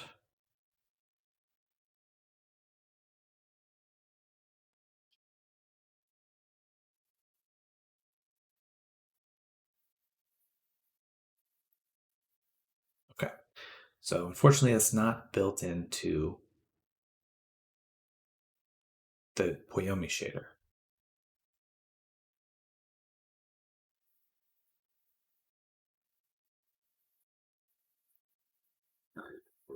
Excuse me.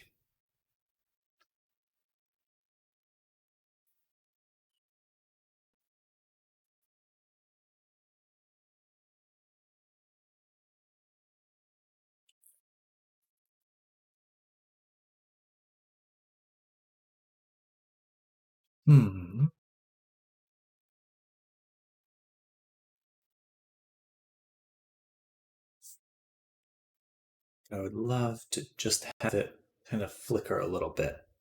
So to do that, we're going to make our own shader. We're going to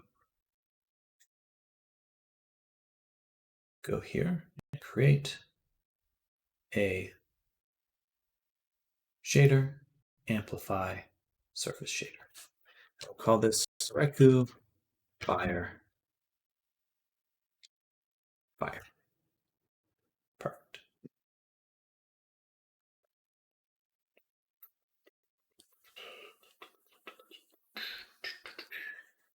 All right.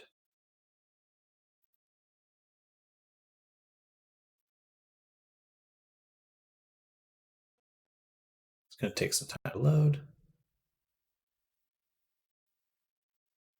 We'll drop that up here. Okay. And then we'll go to the material we created, swap it out for our new fire shader, and we'll start making some stuff. First, we're going to do a color.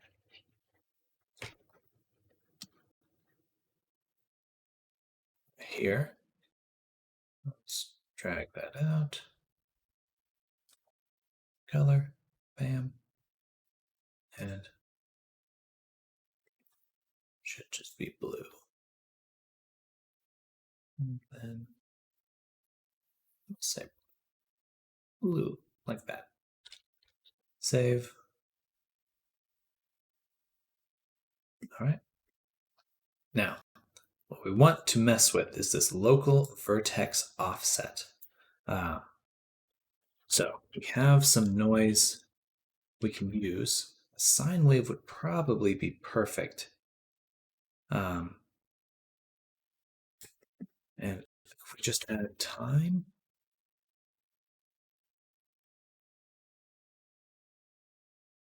in, out, should create an offset.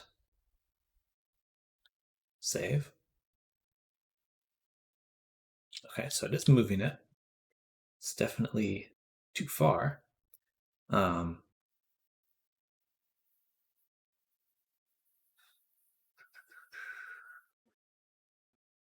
let's add in the position or vertex position.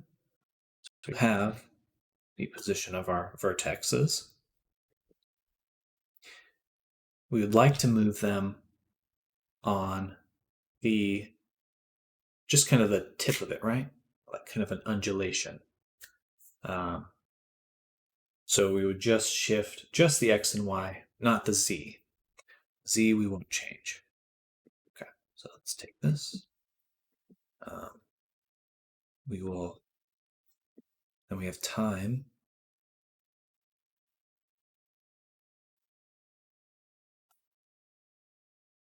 That won't quite work the way I'd like it to.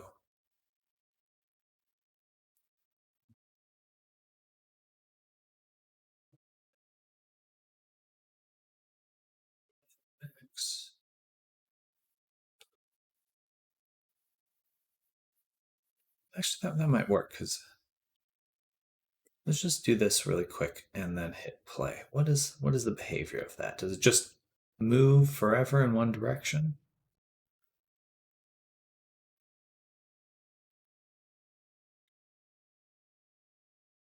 Oh, it's not bad. Okay. Oh, thank you. I appreciate that, Ars. Very much appreciated. Take this. It's a lit up purple icon that begs to be pushed. Push me. Alright,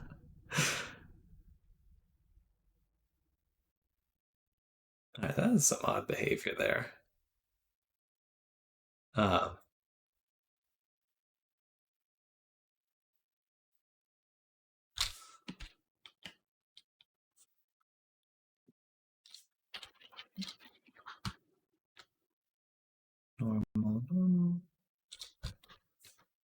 Normal rate, vertex, normal. Okay. Vertex position, vertex normal. We actually just want to multiply these together. Multiply. So just take these two, multiply them together.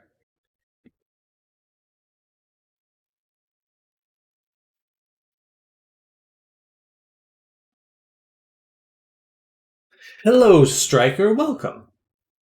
We're working on making some fire shaders right now for our boy, Areku, with his hypno eyes. So we're working on getting that all set up, but kind of an interesting little problem we've made. We just want to make some subtle movement to these flames here. I didn't mean to say H-Law. Okay.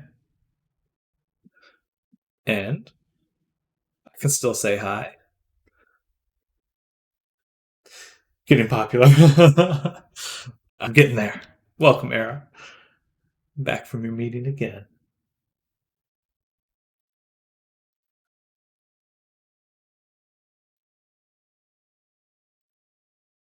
Vertex position. W.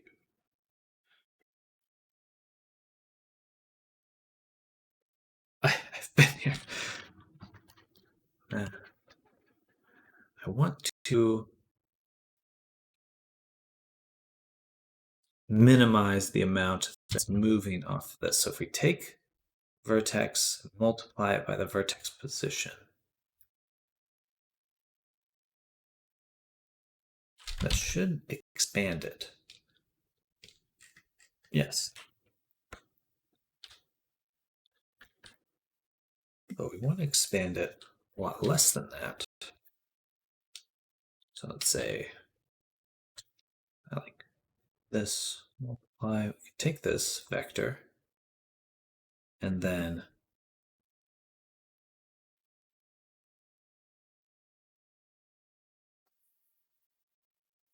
yeah, that's true. And then a value, say a float of 0.1. Plug that in there and try it. Okay. So now we can control this scaling.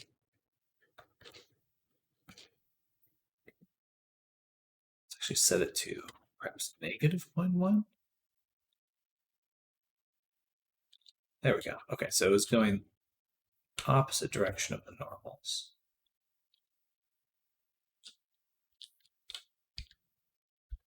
Obviously not. I haven't been.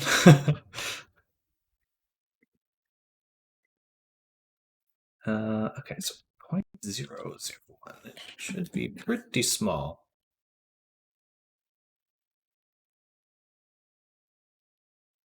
Pretty small offset.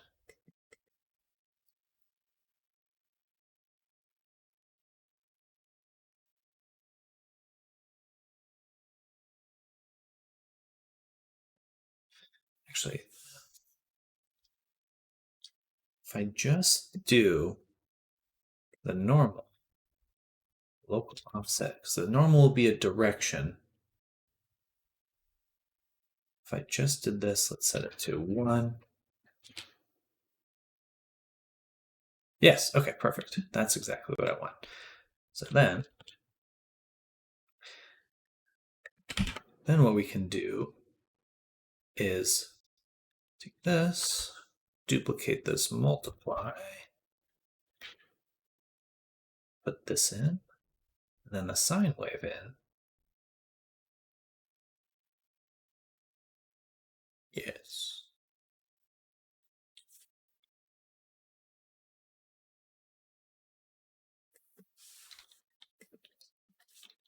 Position. Vertex. This, but we just want the Z.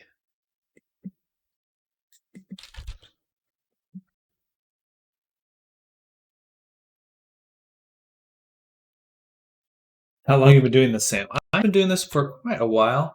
This is like my second year kind of doing VR avatars full time, but I have been working in games for kind of indie games for maybe, oh man, 10 years now. Kind of initially doing like concept art and stuff like that. And then just learning 3D over time and kind of pivoting to that. I personally really prefer the 3D work now. I mean, 2D art's always great. I love drawing. But I've just found that, oh, it's because I didn't plug it in. I've just found that concept art is a little competitive.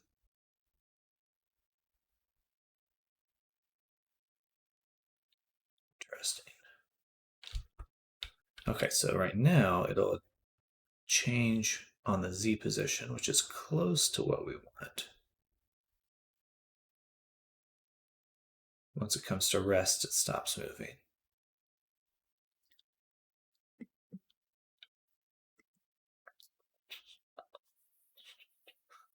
Interesting.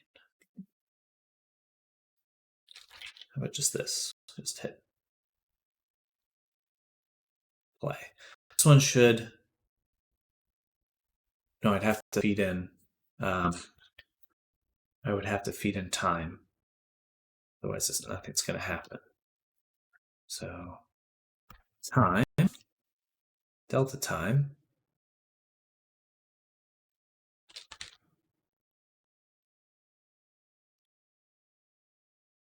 Play.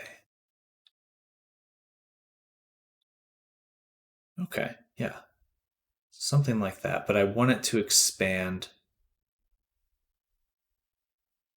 vertically, like along the surface of it.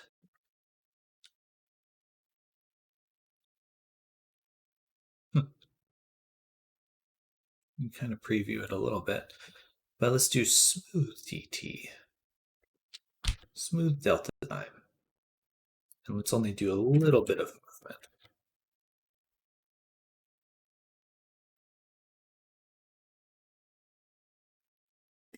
I like that. I think we'll also actually we'll just 1 over smooth DT. That should be a smaller value.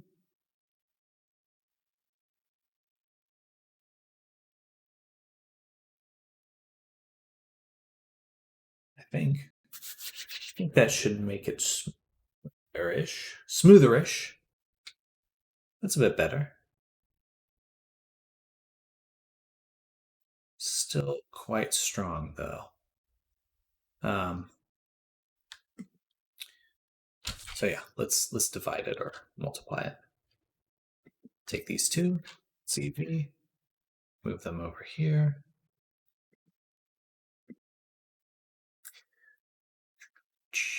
And then we'll take our time and make it slower, I think, let's make it a quarter the speed.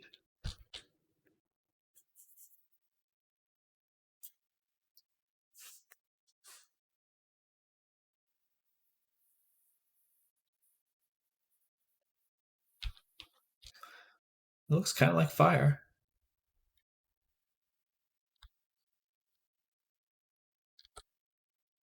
A little too strong on these guys.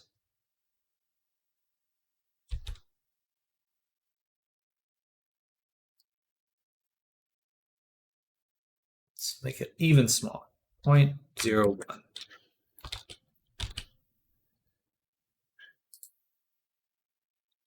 Cat is yelling. What? Lux. You want to say hi? You want to say hi?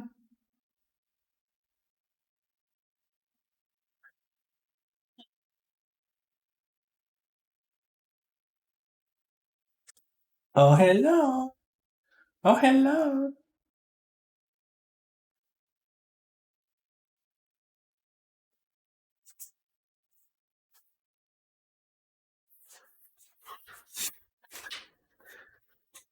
Cat, the hell she go?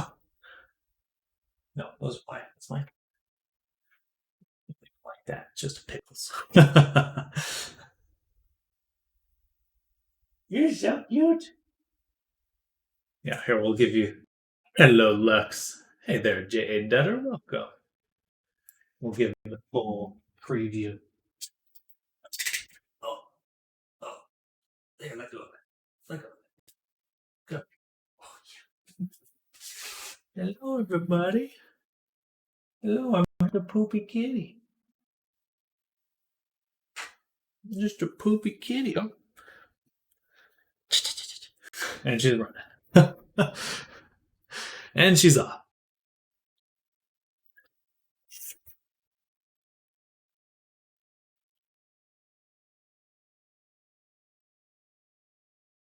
All right, it looks a lot better, but it's still kind of oh, noise sine wave. That would do it. What if we just do sine?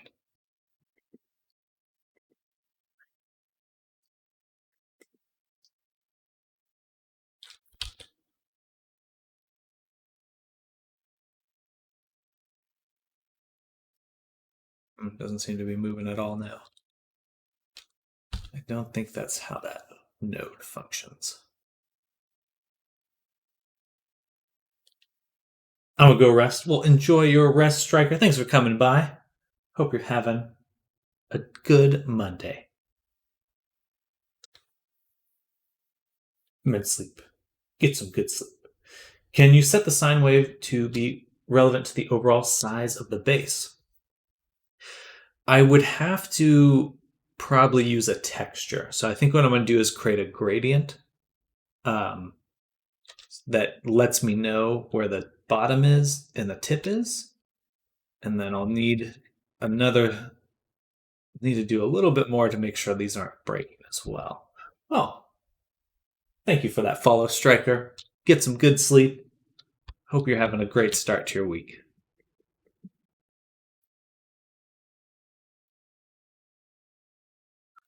Oh, okay, well, that's what that looks like. Doesn't look like a sine wave at all. Well, of course it can't be a sine wave. Well,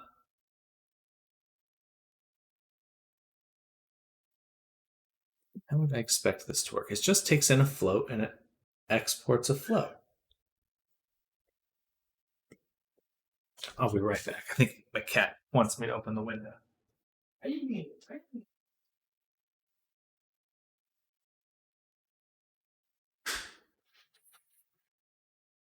go. There you go.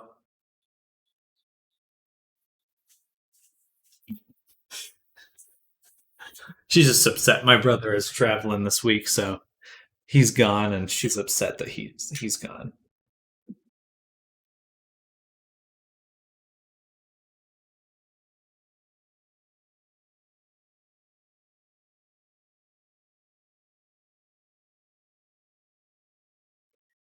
It's a sine wave from a given input. Does that mean do I need to even add time to this? Let's just do this. Yeah. There's no way it moves without time.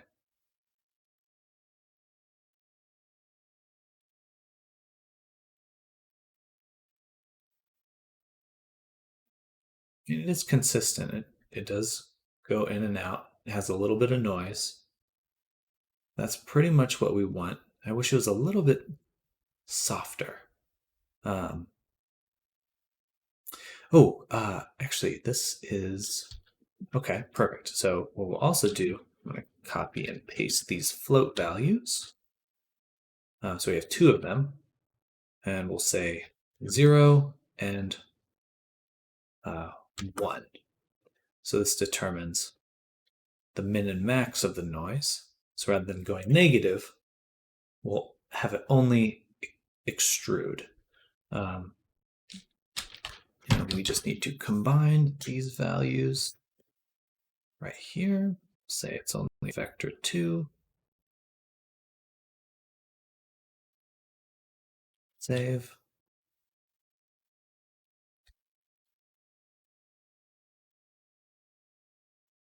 All right, perfect. So now it doesn't go in. They shouldn't collapse at all, which is good. Okay.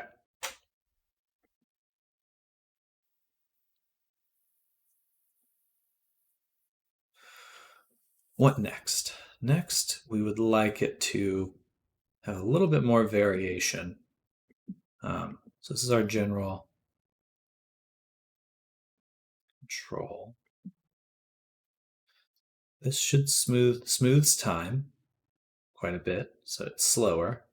And then this minimizes how far it extrudes. All right. So I'm going to move all that over there. Next, I have already made a map for them. So we can use our UV texture coordinates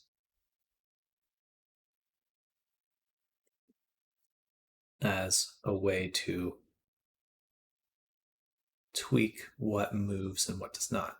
So we want it to be more or less at the base. That would be the V value.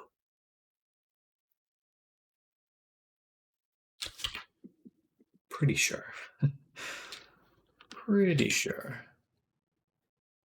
So we take this, multiply it by V, and plug that in. Let's see what happens. Yeah. That's exactly what happened. Oh. So now really only the tip of it is moving.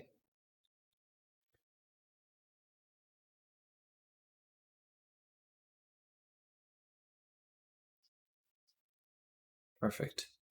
I like that.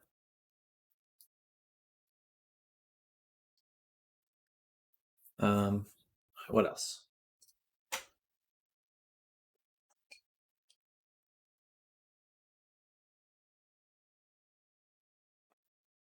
Now it's moving. I mean, that already is kind of the. We just wanted some subtle movement. Maybe let's just multiply it against some noise and then call it a day. Noise generator.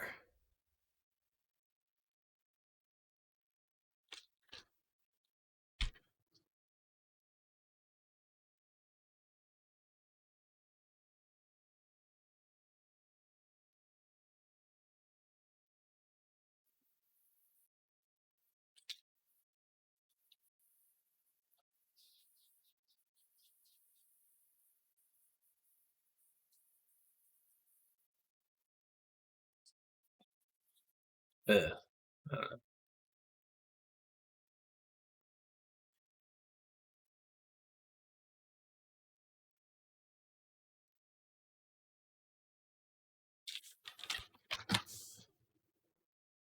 say scale 10 or 0.1, 0.01.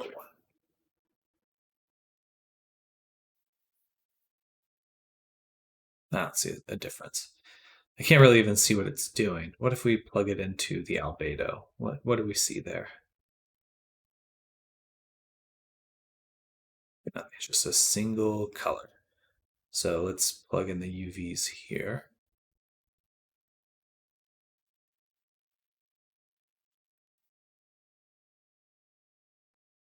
So scale back to 1. Okay, there we go. There's some. So let's up that scale. Let's say 10.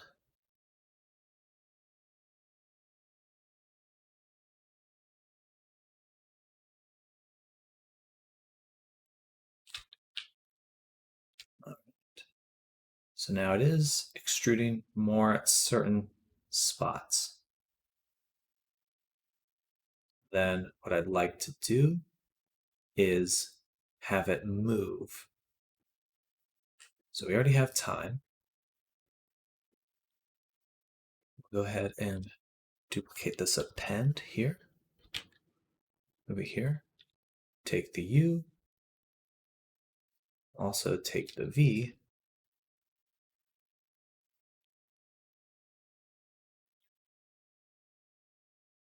But we'll multiply it against the time.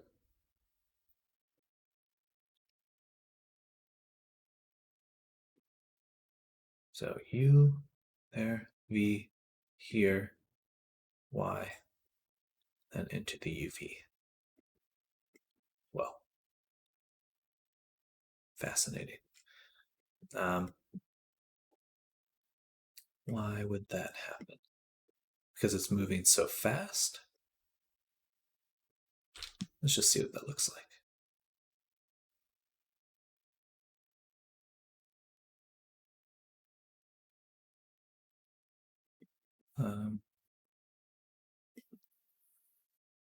UV append. Okay, that should be the same.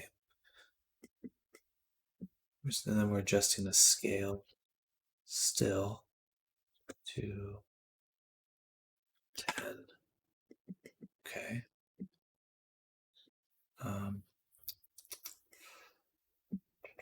This should be smooth time.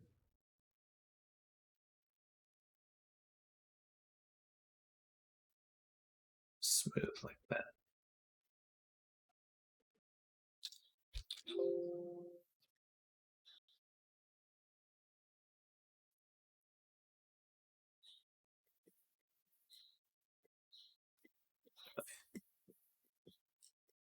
Should be moving a little bit. Just a wee bit.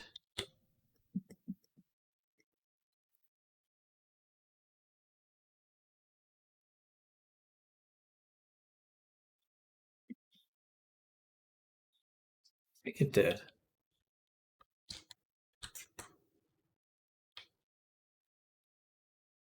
No, we would see the texture scrolling.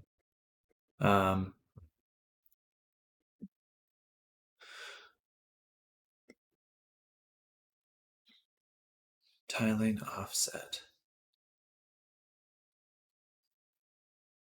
Why don't we try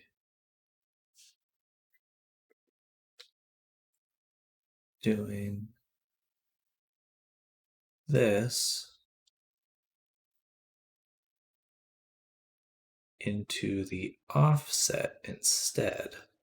And we're just going to move the whole texture. So we'll take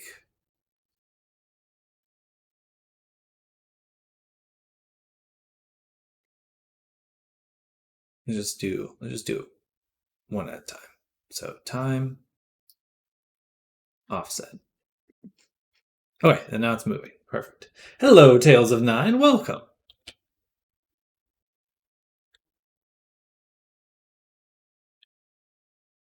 Very cool.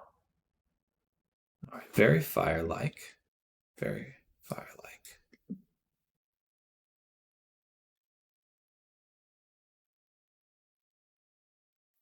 But a little strong,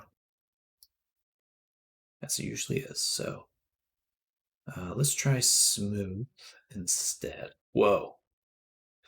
I had to speed up. I don't understand.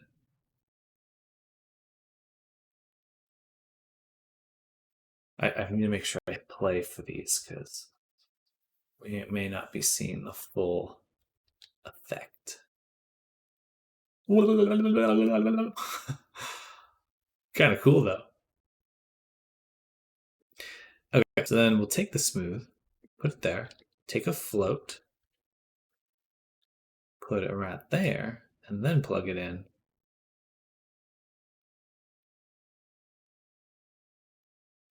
We're trying to make a tail shader right there, right now. So my goal is to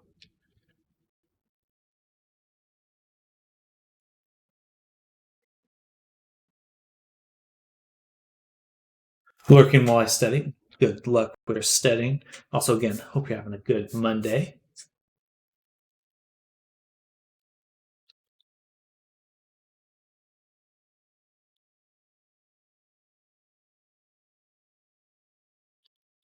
Huh.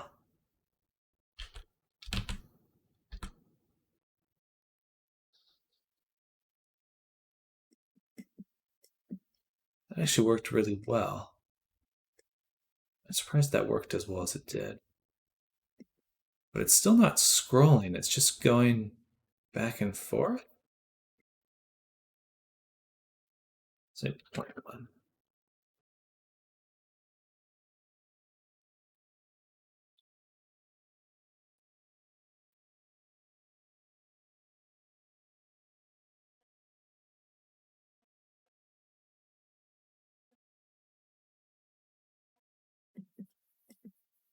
I don't know why it would just. Something about multiplying the time value doesn't let it move, it just moves back and forth.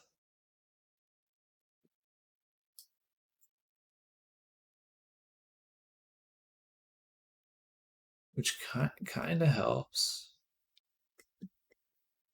but is surprising.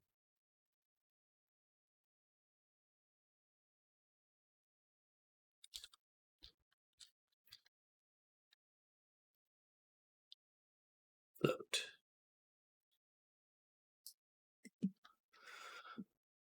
All right.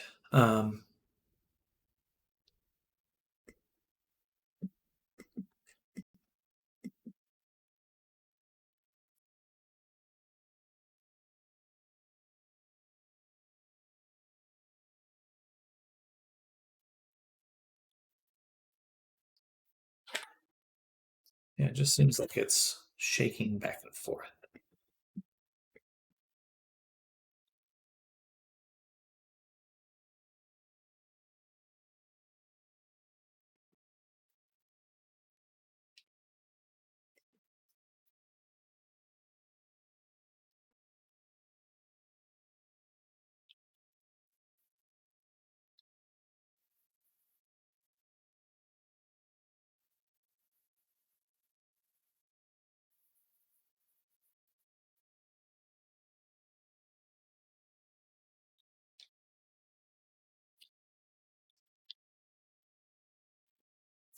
But when I plug smooth DT into here, it moves, obviously.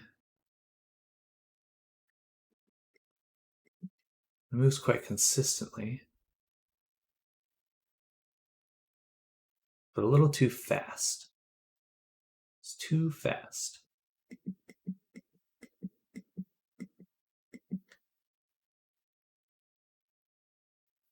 I can't just multiply that to bring it down?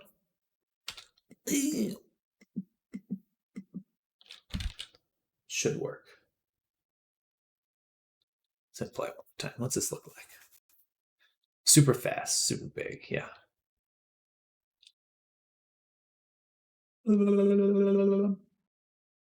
Perfect. I should just make an avatar like that.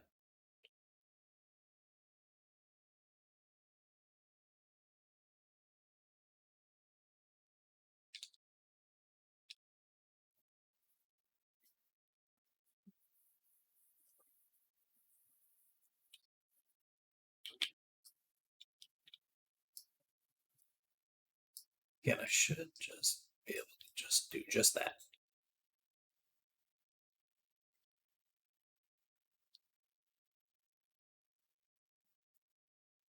Maybe I just don't understand what delta time is. Delta time. Node outputs not only unit internal elapsed time, but frames in between frames and seconds. Elapsed time. Oh, okay, wait. Time elapsed between frames. Turns a smooth time.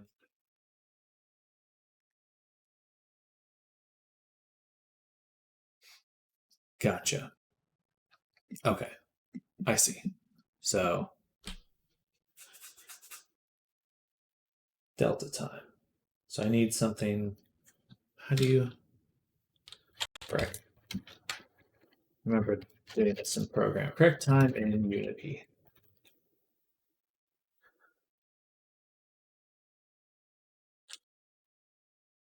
It's time.delta time.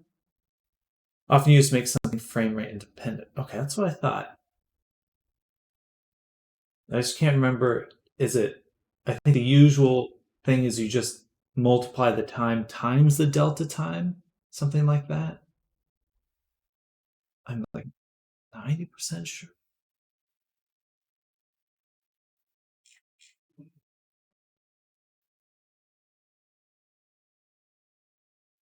Okay. Time times delta time. Okay. It's delta time. So time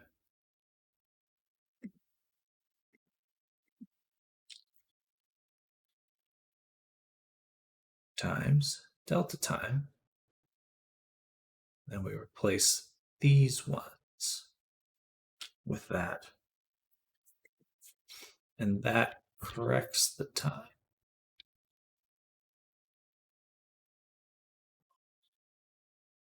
Let's look at what this is doing. All right, but now it's moving properly. I think that's okay. That's totally fine. Let's hit play. I just want to see what it looks like in play mode. Should be odd. It's not bad. But it gets bigger, of course, because it's based on time. Eventually, it's going to be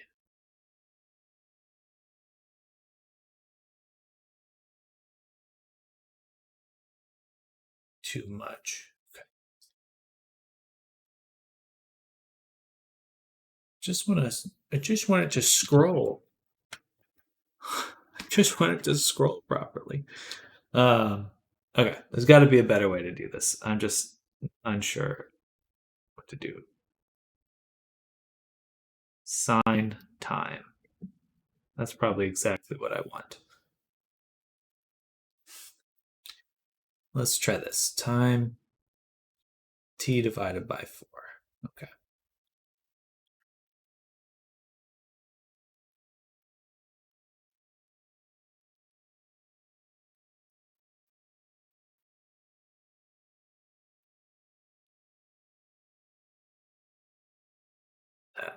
That'll work just fine.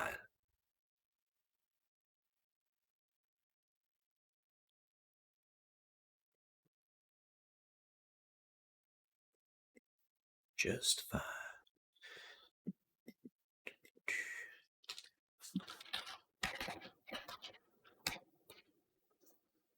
Inverse.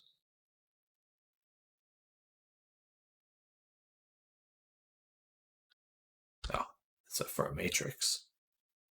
Invert.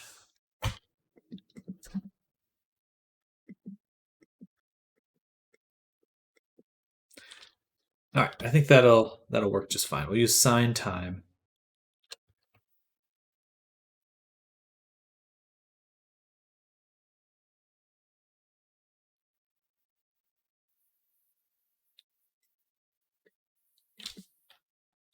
And I didn't want to use time to multiply how big it is because time will just continue to increase. So that's not what I want, but sine will keep it limited. All right, so that should work. And I'll just move back and forth over time. I like that.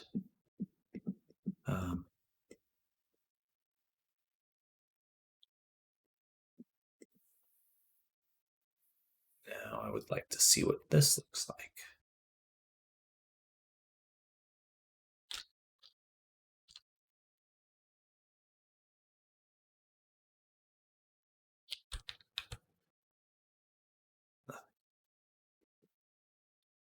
All right, let's put back the albedo.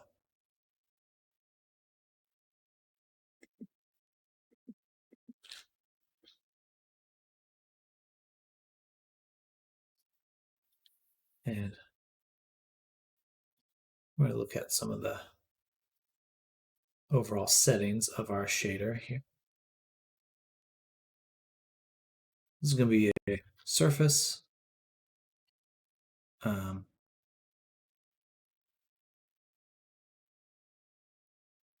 going to get overlay.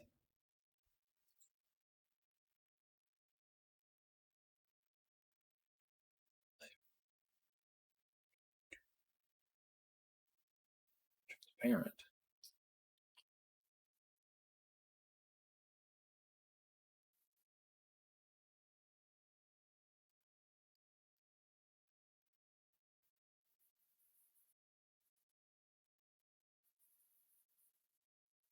Should be a way to make it. Oh, right here. Transmission, translucency. I want to make it additive. Blend alpha. Additive. There we go. And then we just want a float for that value opacity right here. We'll say 0.5 for the moment.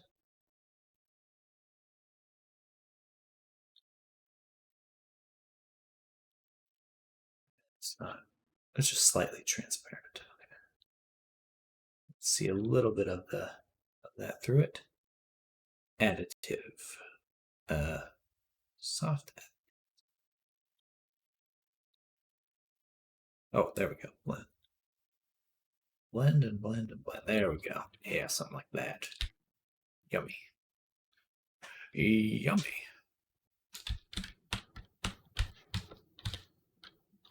Looks quite nice. And then we're going to add a few other things. A Fresnel texture.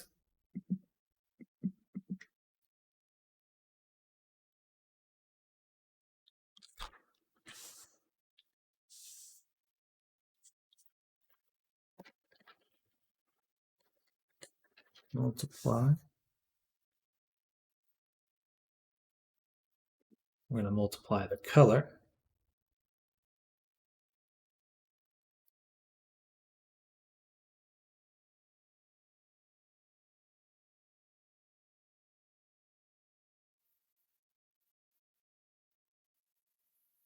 Is there not a mix or what's RGB?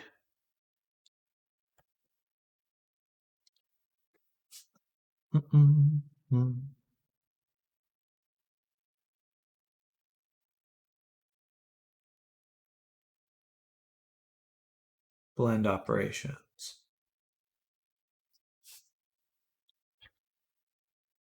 So we want to blend source with this color based on the Fresnel.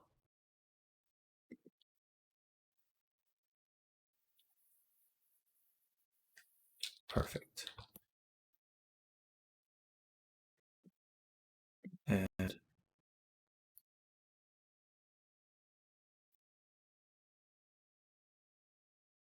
bit of that. We'll actually go the other way. So I want this one to be the main color. This one to be the edge color.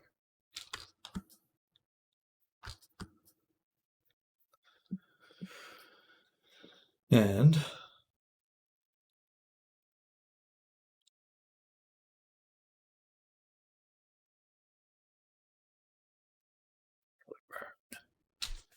do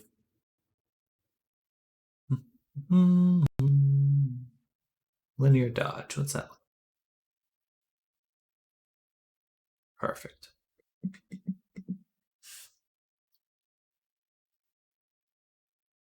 Scale 2.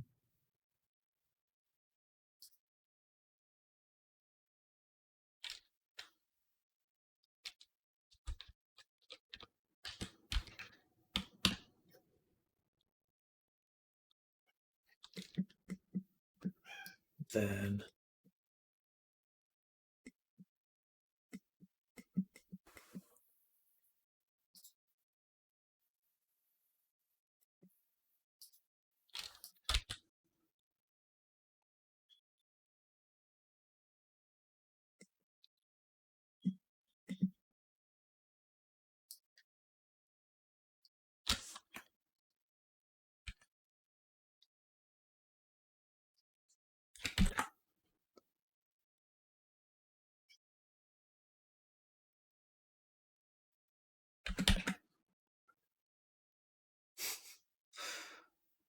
my cat.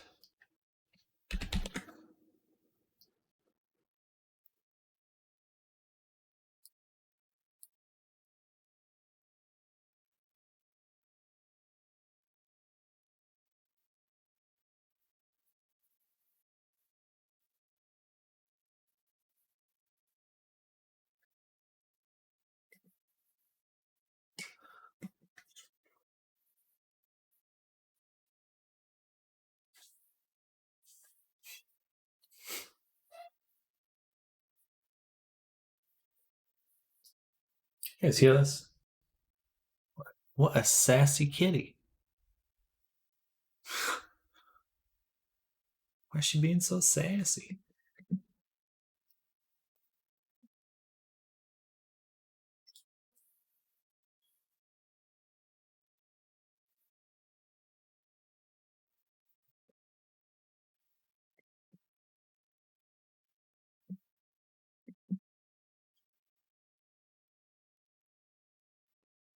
What?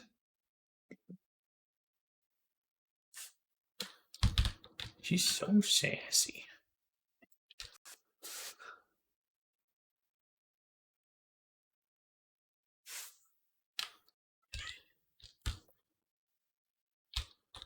Still to the robbing.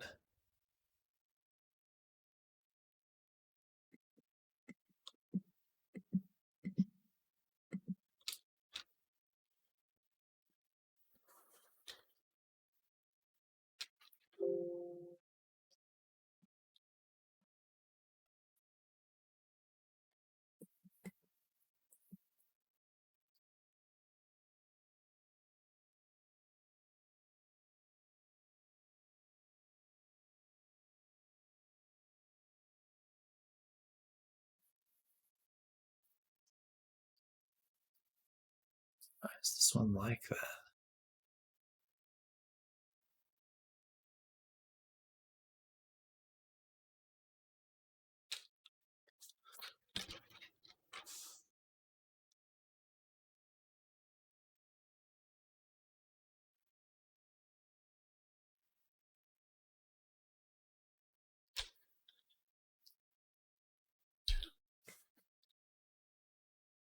just too noisy right here. You know, aside from cat. Shaders like black magic to me. I can bid all sorts of tooling and complex networking, but shaders confound me. Shaders are definitely. I wouldn't have half as much confidence with this if it wasn't for Blender. All right, just 1 second.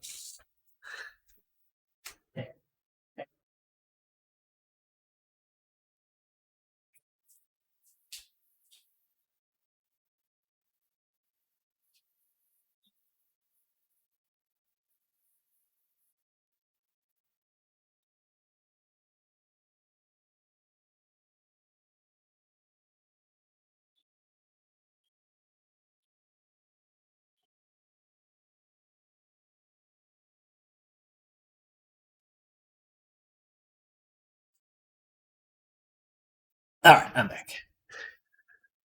They've made a little bit more sense as time has gone on, but I certainly see some people do stuff with shaders that just blows my mind.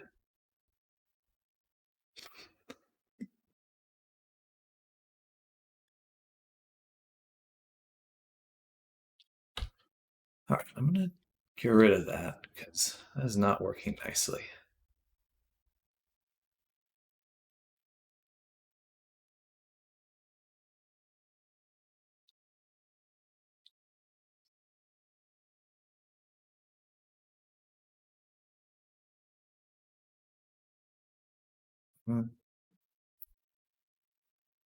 Got rid of too much.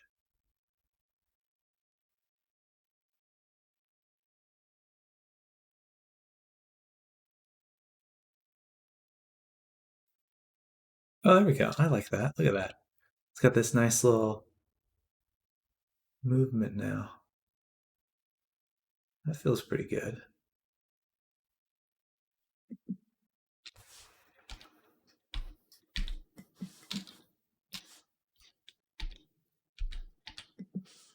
All right, let's turn this one up. I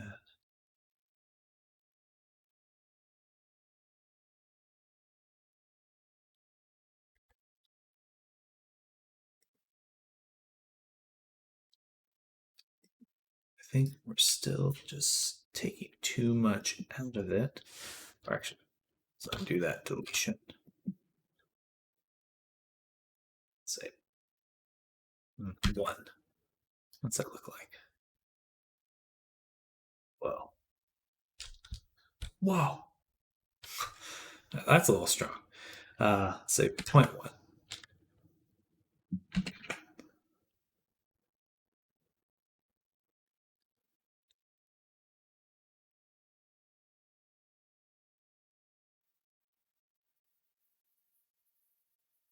Interesting. So it does go into a negative range. And it's always going to go back down to its kind of perfect shape, which it's okay. Set this back to 0. Let's just turn that off real quick.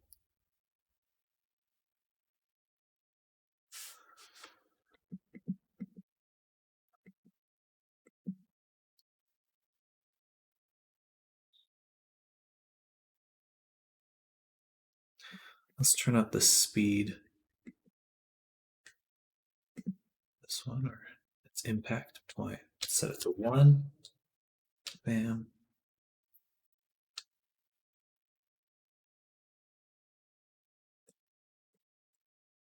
You know, actually, this one though, you are just going to use time times delta time.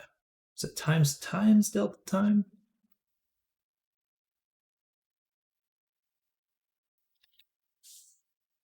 Not divided. Times delta time. Yeah, that has to be it. Okay. Delta time. Smooth. Smooth delta time. Here.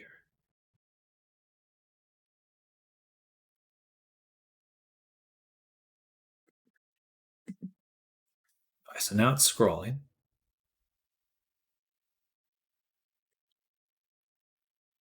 Sort of. I'm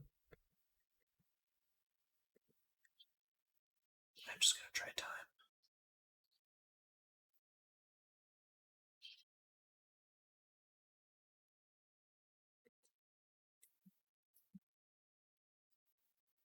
Well, this doesn't seem to be having much effect at all.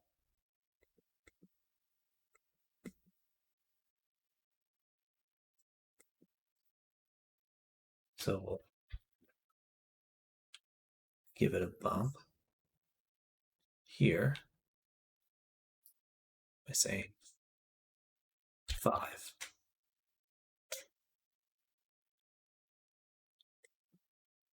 What's wrong? What did I...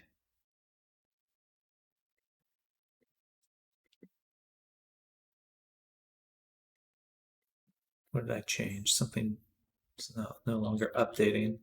Maybe it's exit plane. Try again. Play one more time.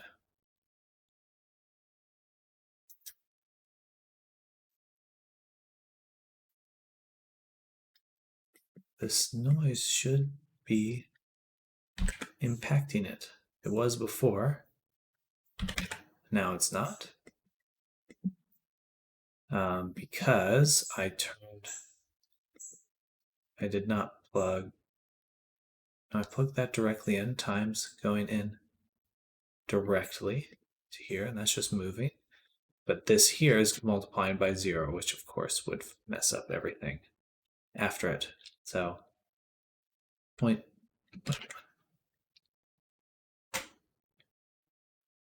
All right. So now, go back here. We can delete this. Or no, we do want that.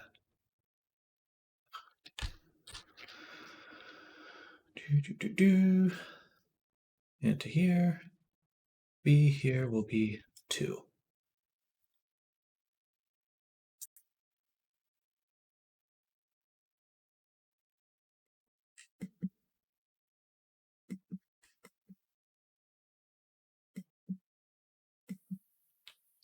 There's no reason to use the sine time anymore. Get rid of that. Completely. We're just using time to drive the offsets of the scale. Set this to 0.5. 0.1.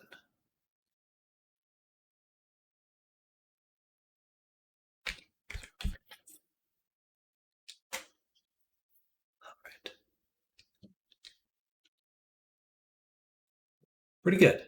I like that. Let's shrink this 4. Should be a lot of this much smoother undulation now. Sort of. Yeah, I think that looks pretty good. All right.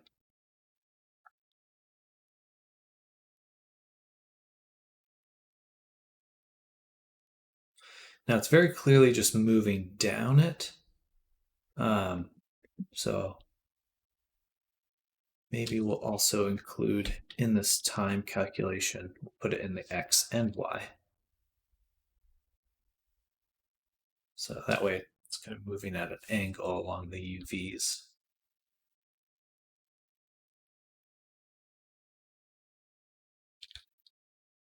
Okay, I like that.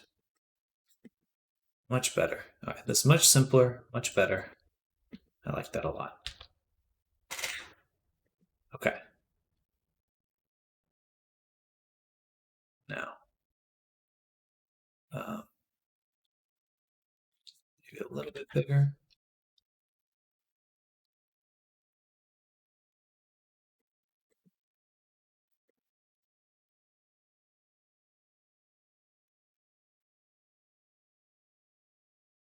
All right. So now what we want to affect is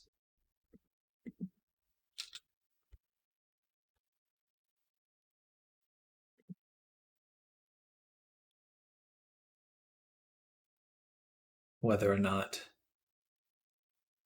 it affects the top as much So if we just plug that right in, I believe the bottom gets kind of left out. Well, fun.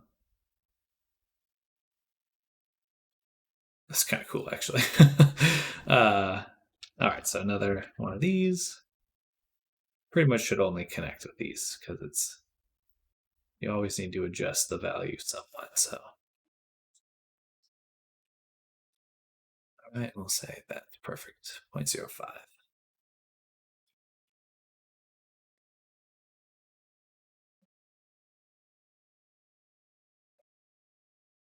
Doesn't seem to have changed anything. Gotcha.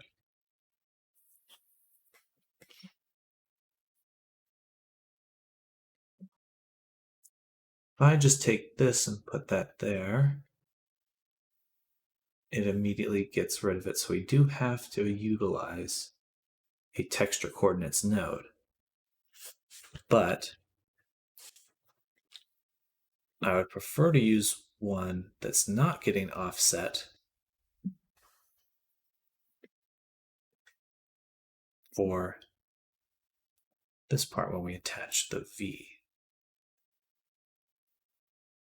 Like that. Okay, I see.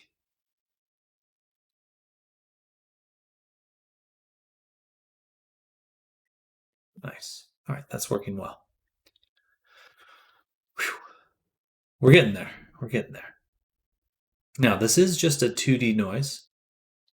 There are 3D noises.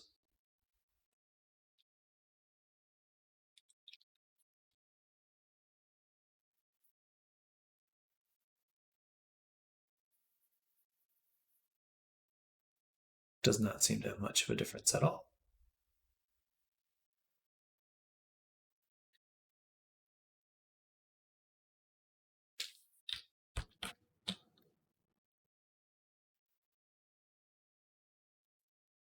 Let's turn down this scale. Let's say 2.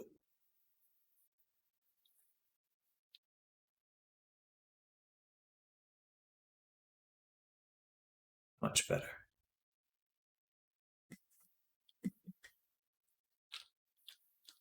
Still very large for these ones. We'll have to find a way to mask out just these ones so they're affected a little less strongly. But this is feeling a lot nicer.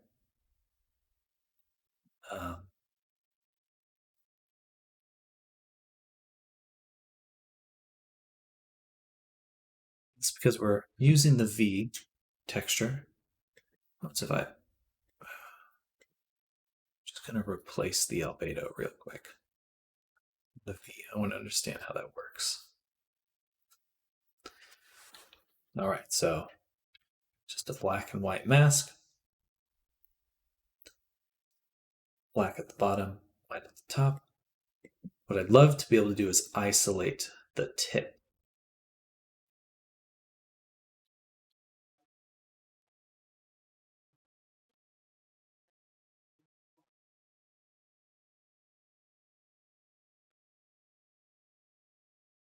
Or what if we remove this from the vertex node? We're just going to say offset. Oh, okay.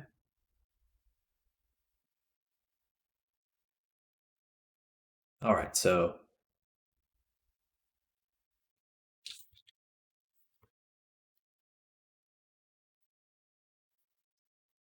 nice. Wish the flow was inverse. That looks mixing right there. I think that is the direction we should go for sure.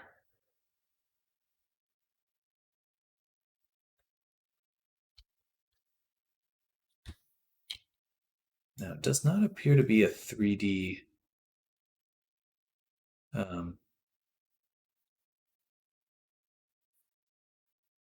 texture. What happens if we add? It says 3D, but I don't know what that means in this context. So from certain angles, it is still going to appear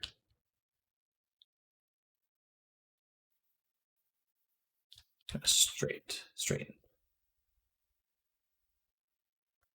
All right. But that looks much better. Now I don't want to, I would still love to have some scaling. So instead of multiplying here, we will add, no.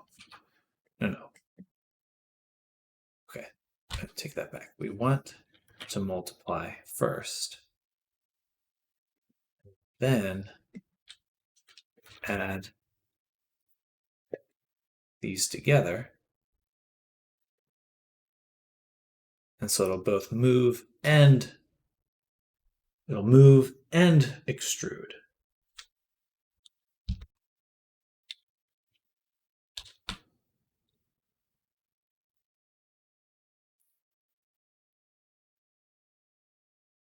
But the extrusion or the scaling out is still too strong.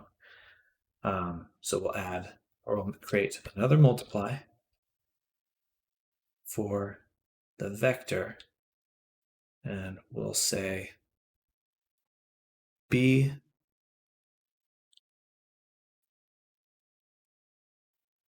all of these should be like 0.01.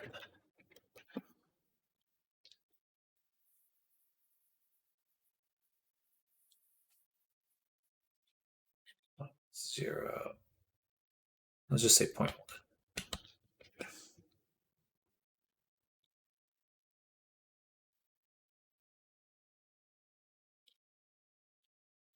Okay.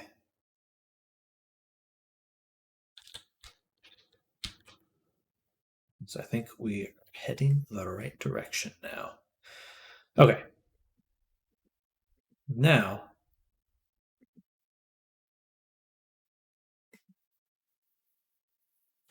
what? I think that's pretty good. I think we'll just add the color back.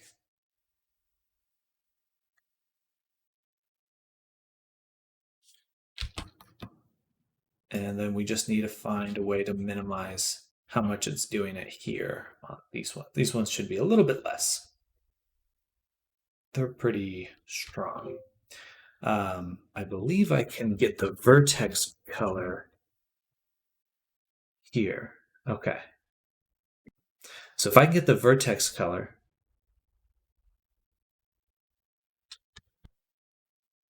then we'll go back to Blender. We'll add in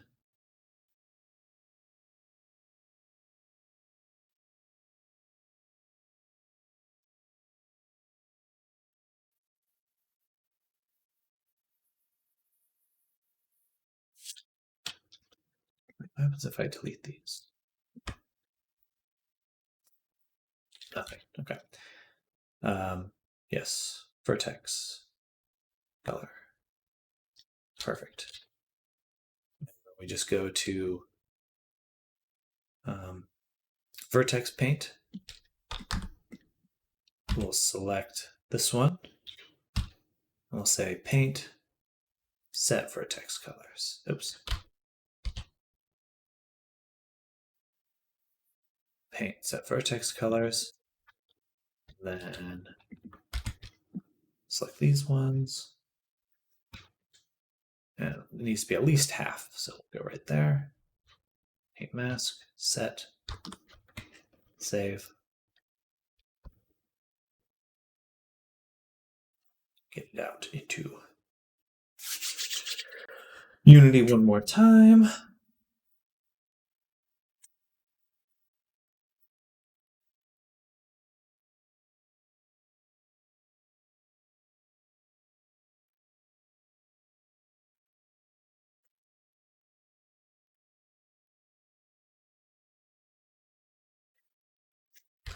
Save.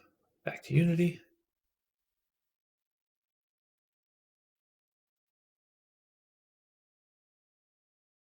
Wait for it to load.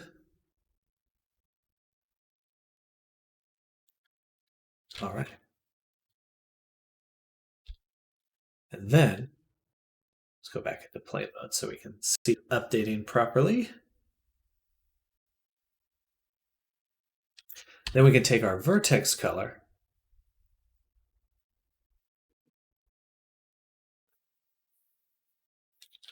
And last, multiply. Take this, put it there, put this here. Ooh, um, hmm.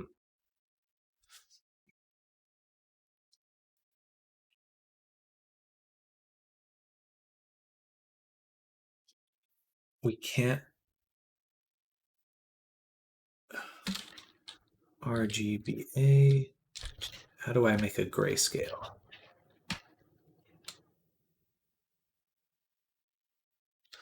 So now it's taking a full color, but that's gonna, because it's creating a vertex offset, that means something else. It's changing that data type. Um,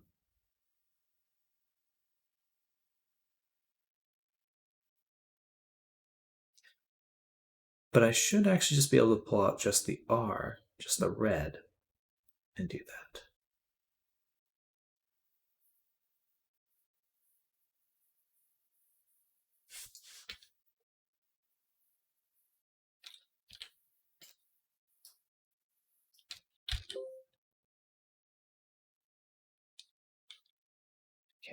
Can't tell if I made a change.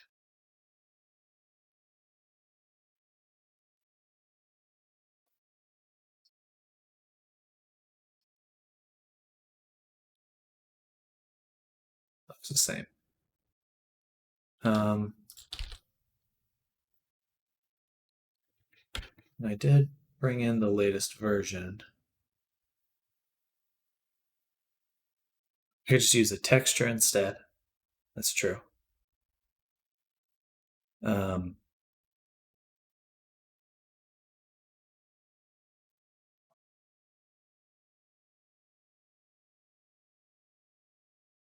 let's just try some of these other channels. About the alpha.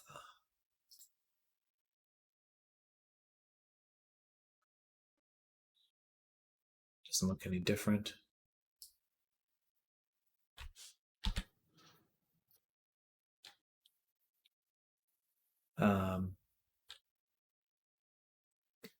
Okay, then I want to, how do I do RGBA to grayscale? Image effects. Gamut grayscale. Perfect. All right. Mystery solved.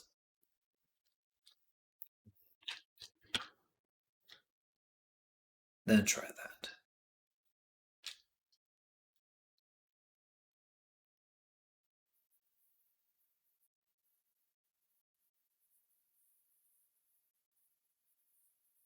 All right, that definitely limited it.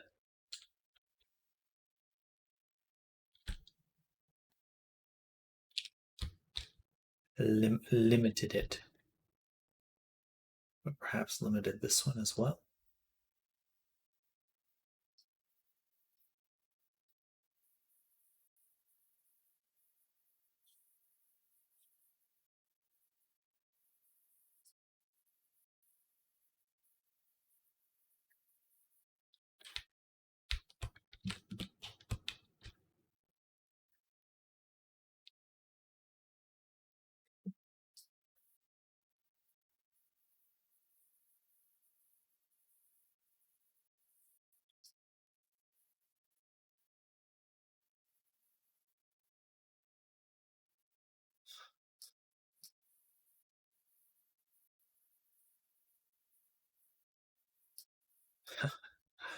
All right. So it definitely did affect it. For sure.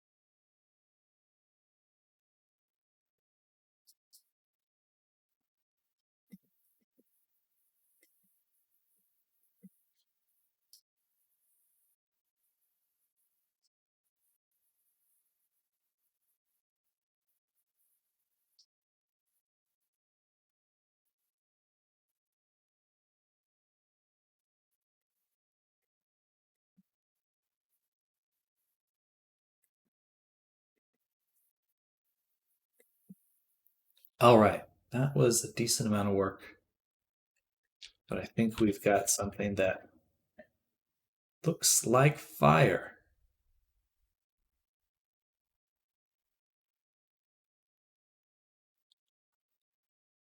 All right. So that is a relief. Actually, I'd love to see what it looks like with the fizz bones.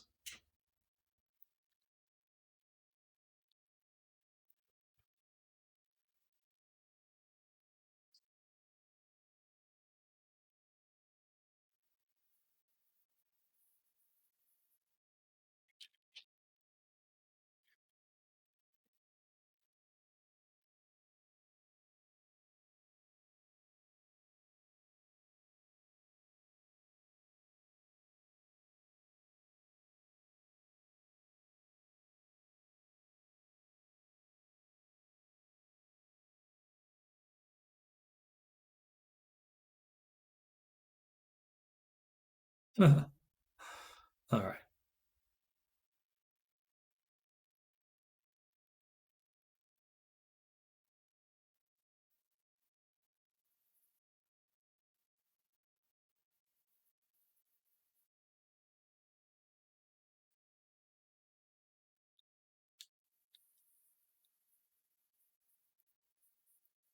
All right, the tail fire.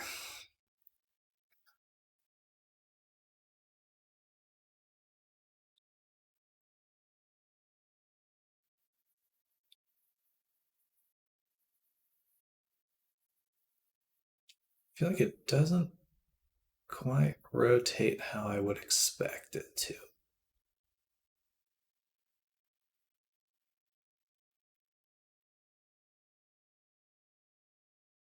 It's like pointed the wrong way.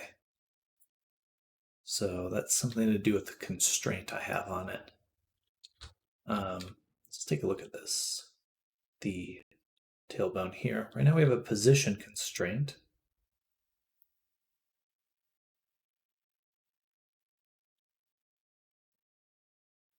Freeze position axes. It's just position though, so it should be working just fine. How about a rotation constraint as well for the same bone? Tail 09.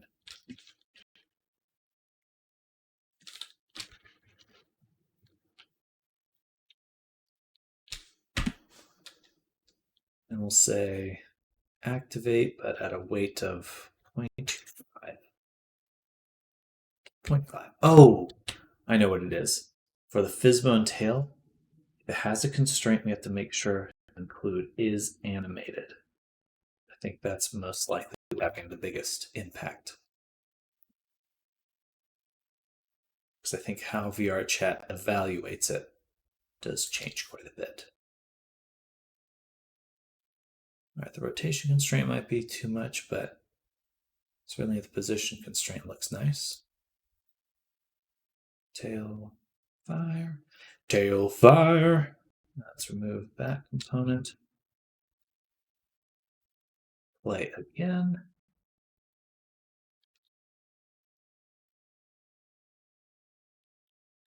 That movement already looks better when it falls. Yeah, that looks a lot better. Okay, that was it. That was the problem. I needed to have the animated on.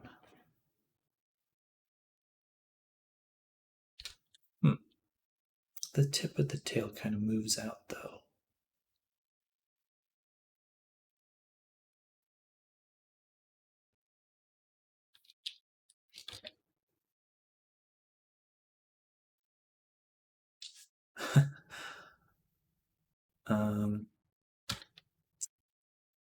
We look at the tail. Boom. Tail 09 being the last one. The center of it's right there. I'm going to add empty here. Call this tail offset.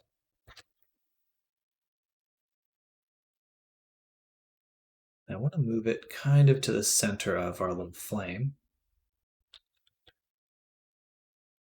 And then we'll go back to this constraint. We're actually going to switch it to that offset here.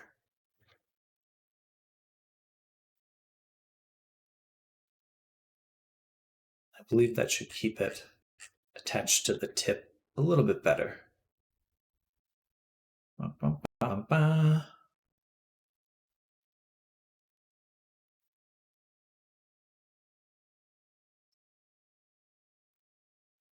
Yeah.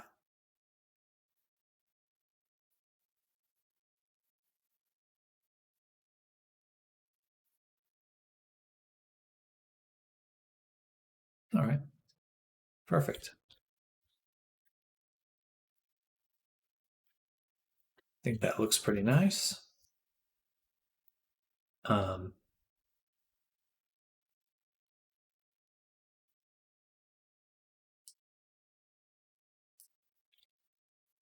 double check our list. So we did the fire shader. Now we're going to do one more tweak to a shader. We have the kilt for the character, one of the other outfits. So let's take our B1, B2, and turn these off.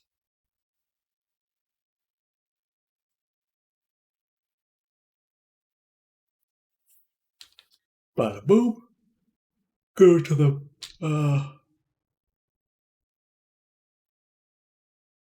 body, turn these ones back on, and turn the kilt on. So I like the kilt, but this outline gets a little funky right here in these spots. So to get rid of that, I'm going to create an outline mask. But I want to use an extremely tiny and optimized texture for that. So the first step will be to go into Blender, select our material, go to the UV map. And so this chunk right here is what we're targeting. Bam. Actually, can I use...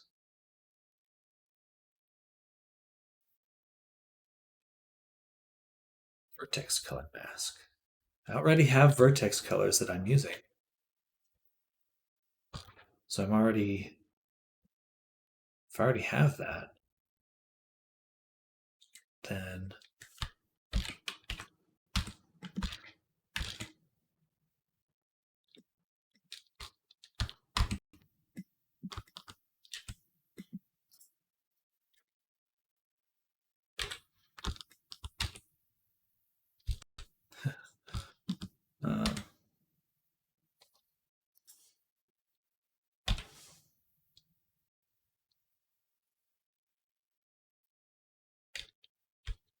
I believe we want to paint mask. We want to set this section to this color.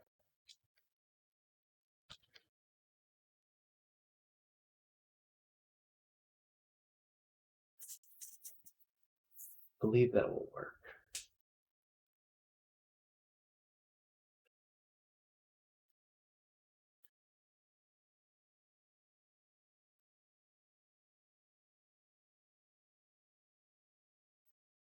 Because I believe the mask white lets the outline come through, where black hides the outline. So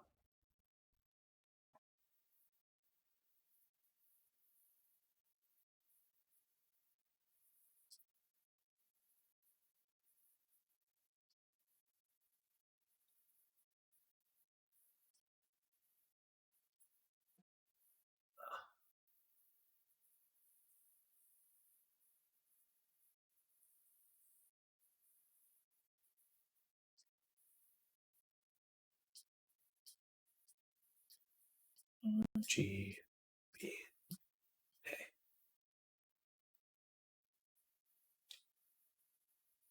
That's a bummer. Okay. That would have been nice to use that, but since we can't,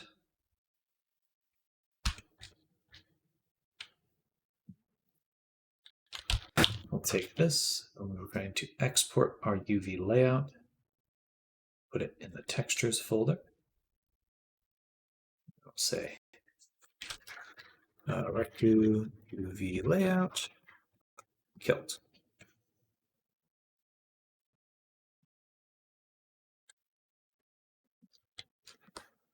Then we're going to open that in Photoshop.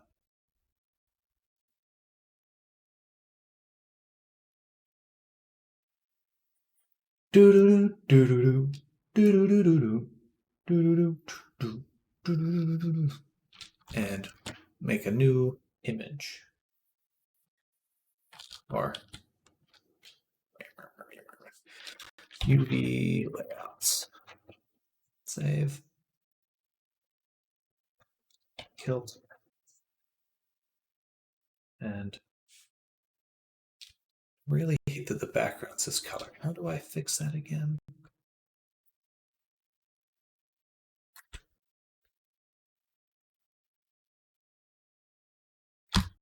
There we go. Shift click with the paint bucket tool. All right.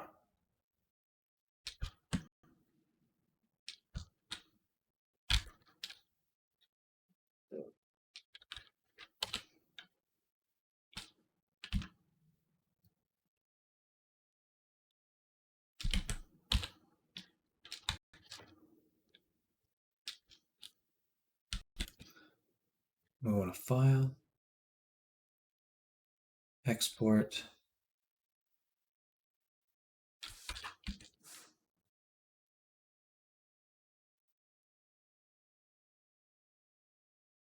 Export as.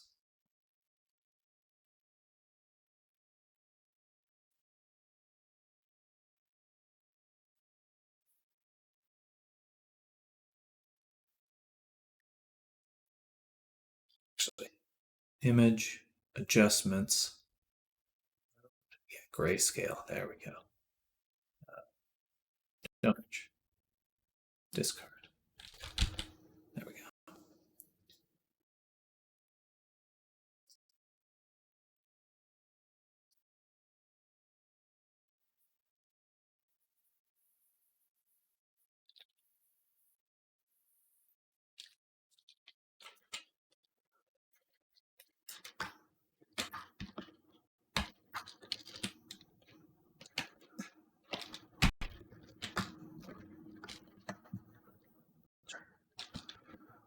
Something like that. And then drag this into Unity. Oh, I think I spelled that wrong.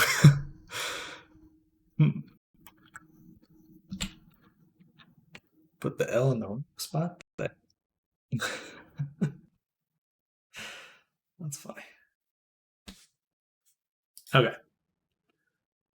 So now we have the kilt mask. Go to the kilt. Outline. Outline size. Mask.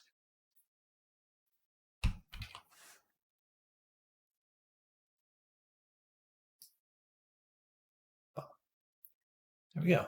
Now, just fluff. Looks a lot better. A lot softer. Which is what I want. What I want. Me.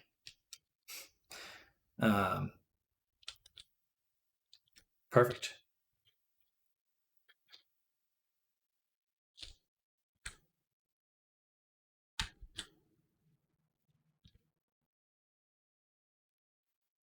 One final thing for the body.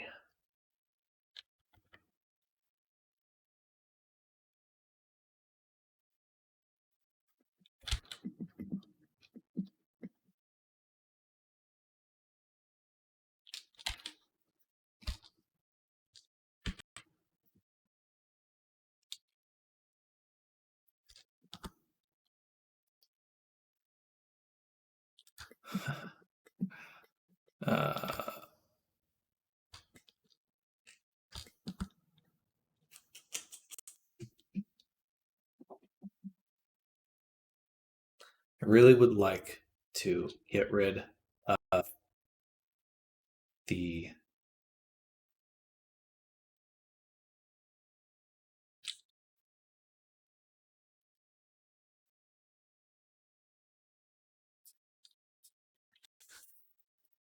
outline on the lips and the eyes because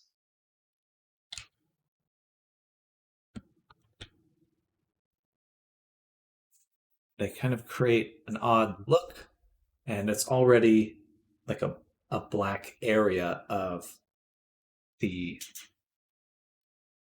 body, so I don't think there's a need for it. Boom.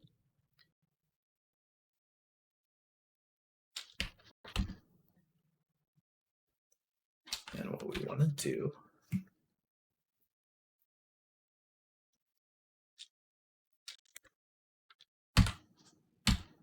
down here. Boom. Boom.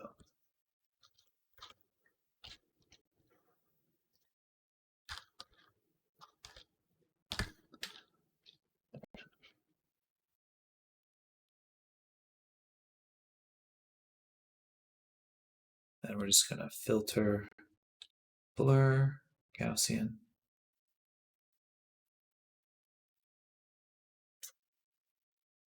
Just a little. Help smooth it out in a few spots. And then File, Export. Here. Nice.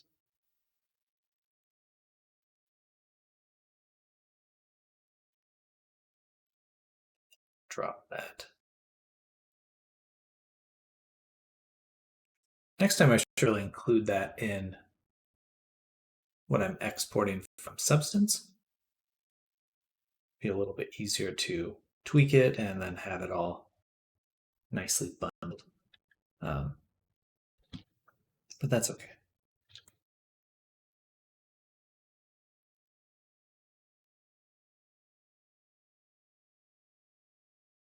All right, so now go to our body texture or material. Go down to our outline for this one, and we'll add the face mask. Line size mask. We need to make it a little bit bigger around the eyes.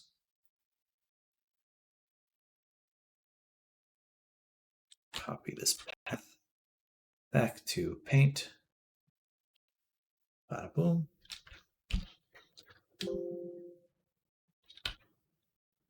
Do the whole eye section here.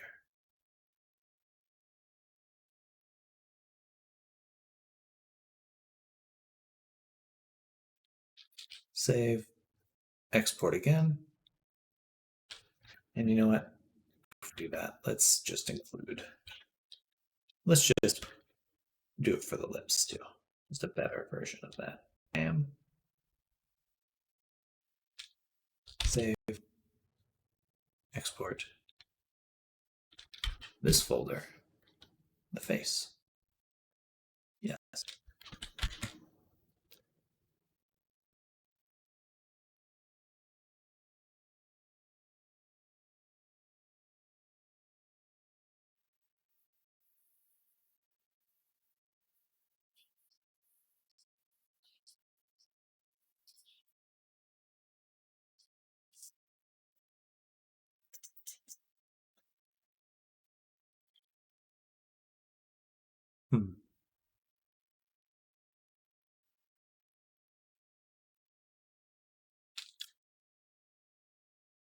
Clearly the texture's still there.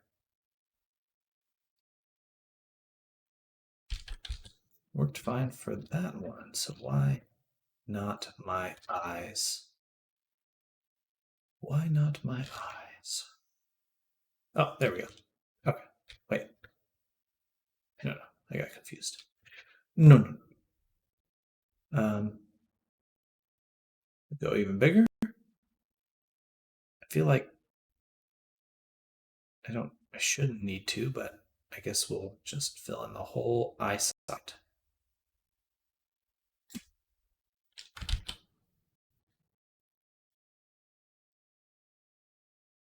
Overwrite that face one more time.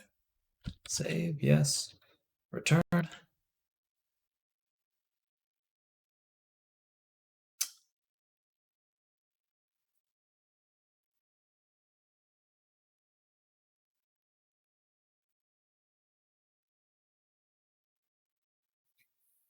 Killed. Outlined. Mask. Just set to UV0R. That's what mine is.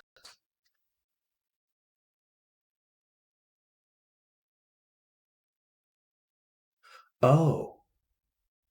No. No, never mind. Oh. No.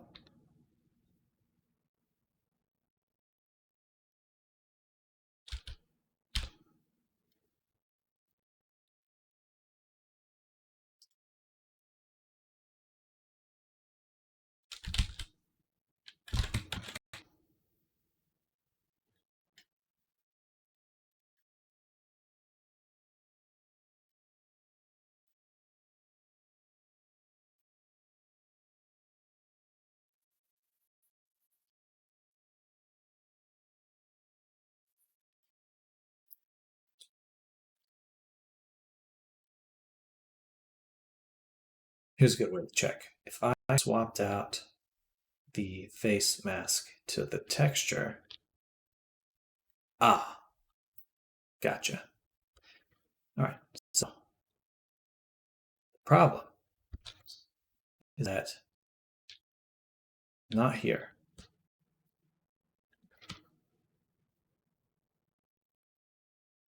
It's that I had removed the eyelash, and it's on its own thing. I believe this is it right here.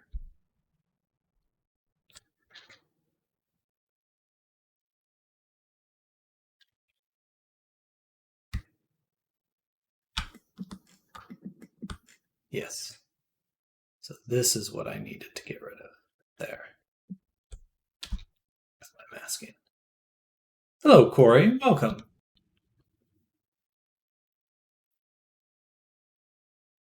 Why does he look like that?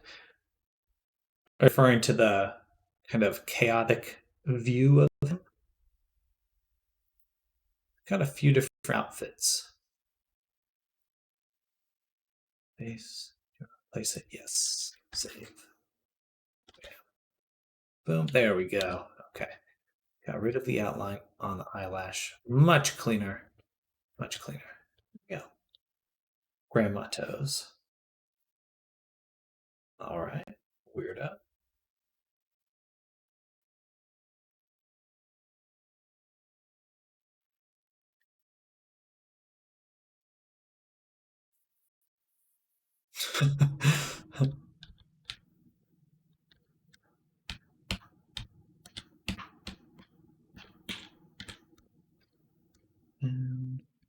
Okay, the eyelashes look good.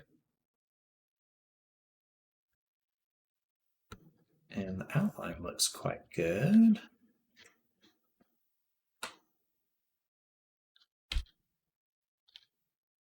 A little bit of outline still. Just a few spots. That must be because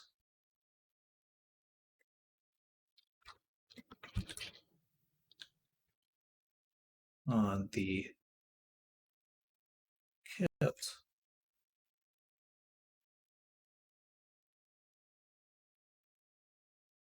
select that. I think there's probably some vertices in the corner. No? Why would some still have the outline?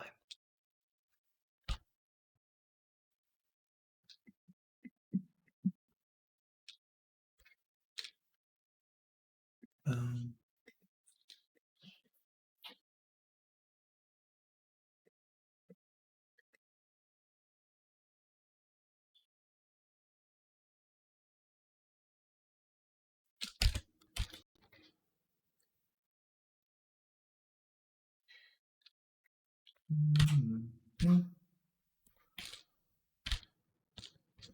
There must be something else that I'm seeing. The outline's gone everywhere else, so I think that's fine. I think that looks just fine. Perfect.